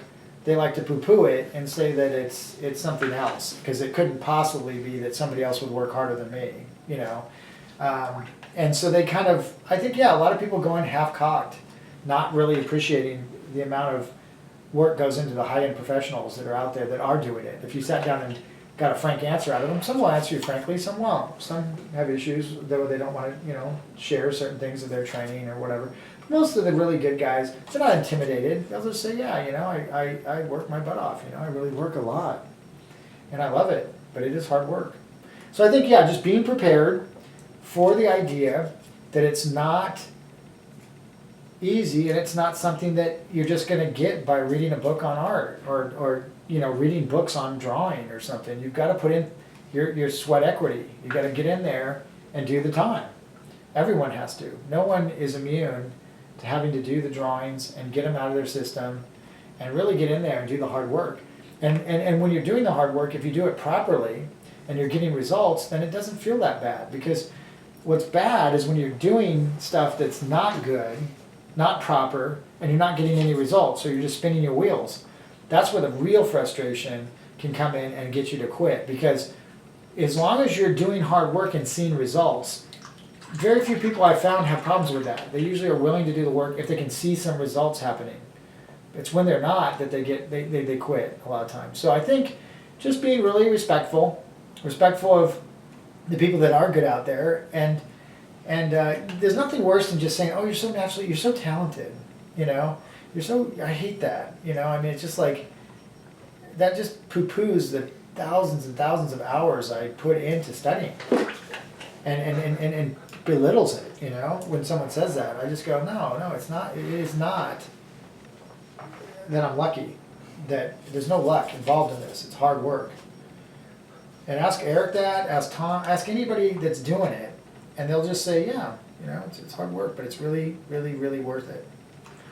So you just got to ask yourself, do you want to work hard to get good? Simple as that. It's not. You're not going to get it out of a Cracker Jack box. You're not going to be able to buy it. You're not going to be able to. That's what's so special about it, and that's what's so cool is once you obtain it, you really have something substantial, that you've earned. So you have a sense of self-respect that's huge. You respect yourself, and you can't put a value on that. Like really going, I've worked really hard for that, and I deserve that. There's nothing wrong with making money at art. I mean, no one poo-poos a lawyer for making $300 an hour, or anybody that's high-end at what they do. But for some reason with artists, you're supposed to suffer and starve and be poor, otherwise you're a sellout, or you're doing this or that. It's like, what I just get so, I just like, come on. We did, if you work that hard and you sacrifice that greatly, you deserve to make a good living at it. And you will. And then it's your job to kind of, share that. I wouldn't say make people respect, but share with them what it takes so that they respect it. You have to teach them to understand and respect it, I think. And it's our job as artists to not just let, people take advantage of us because we love what we do. It's still hard work at the end of the day. Thank God I love it enough to do that kind of work,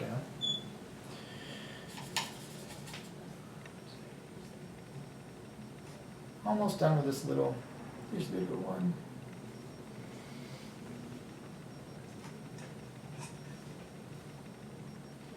Yeah, so you see some of these dry, like I love that little soft edge right there.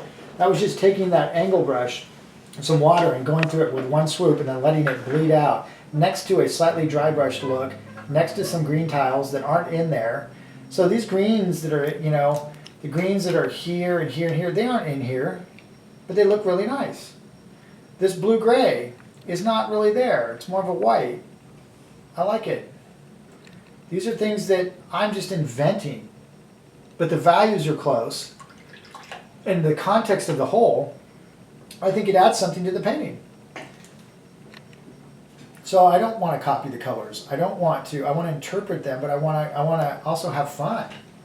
And I want to use my creative license, which is my right as a painter, to invent and manipulate, idealize, and put something of myself into it. And there's not a lot, in representational art, you have to be pretty solid with your edges, you have to be pretty solid with your values, you got to be pretty solid with your shapes. So where are you going to find your individuality? In composition and color. Those are the two areas that you really can have some fun, and should, in my opinion, because there aren't a lot that you can do that with, you know. So take advantage of the ones that are out there for you, and don't, you know, that's how I feel about it anyway. I mean, I'm going to take advantage of color, and not be dogmatic with it, and have to, you know, conservative. I'm going to have fun, push it, see what I can do. These little gestures are a great place to explore color. What's the worst can happen? You chowder a painting? Who cares? You know.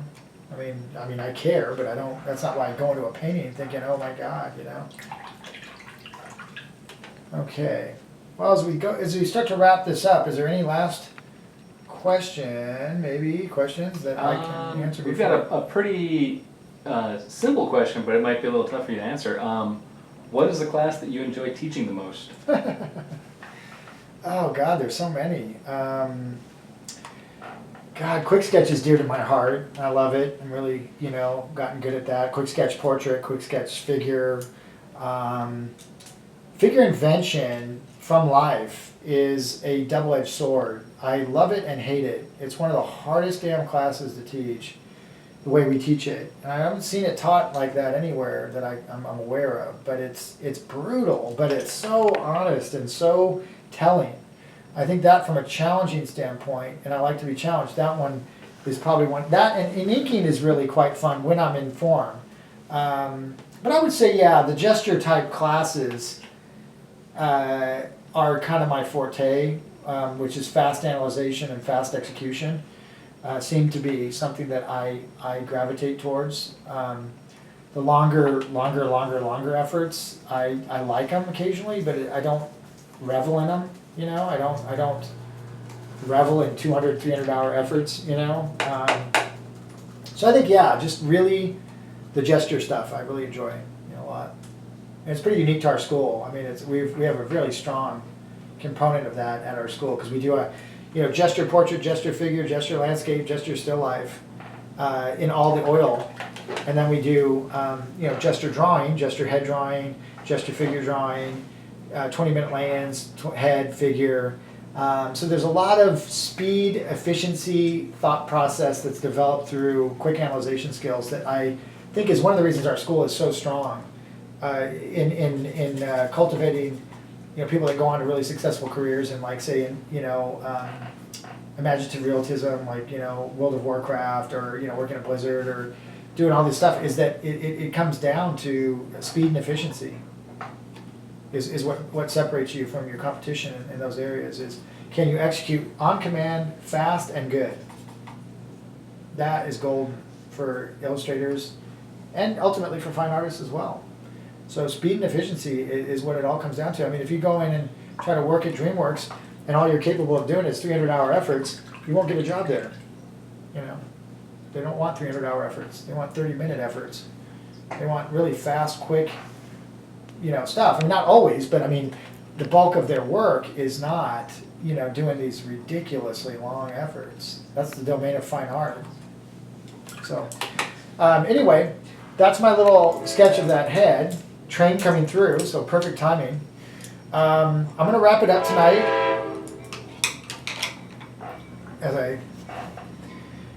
And what I'd like you to, again, take from this is simply, this is just me showing you a little bit about a medium that I'm going to use while traveling.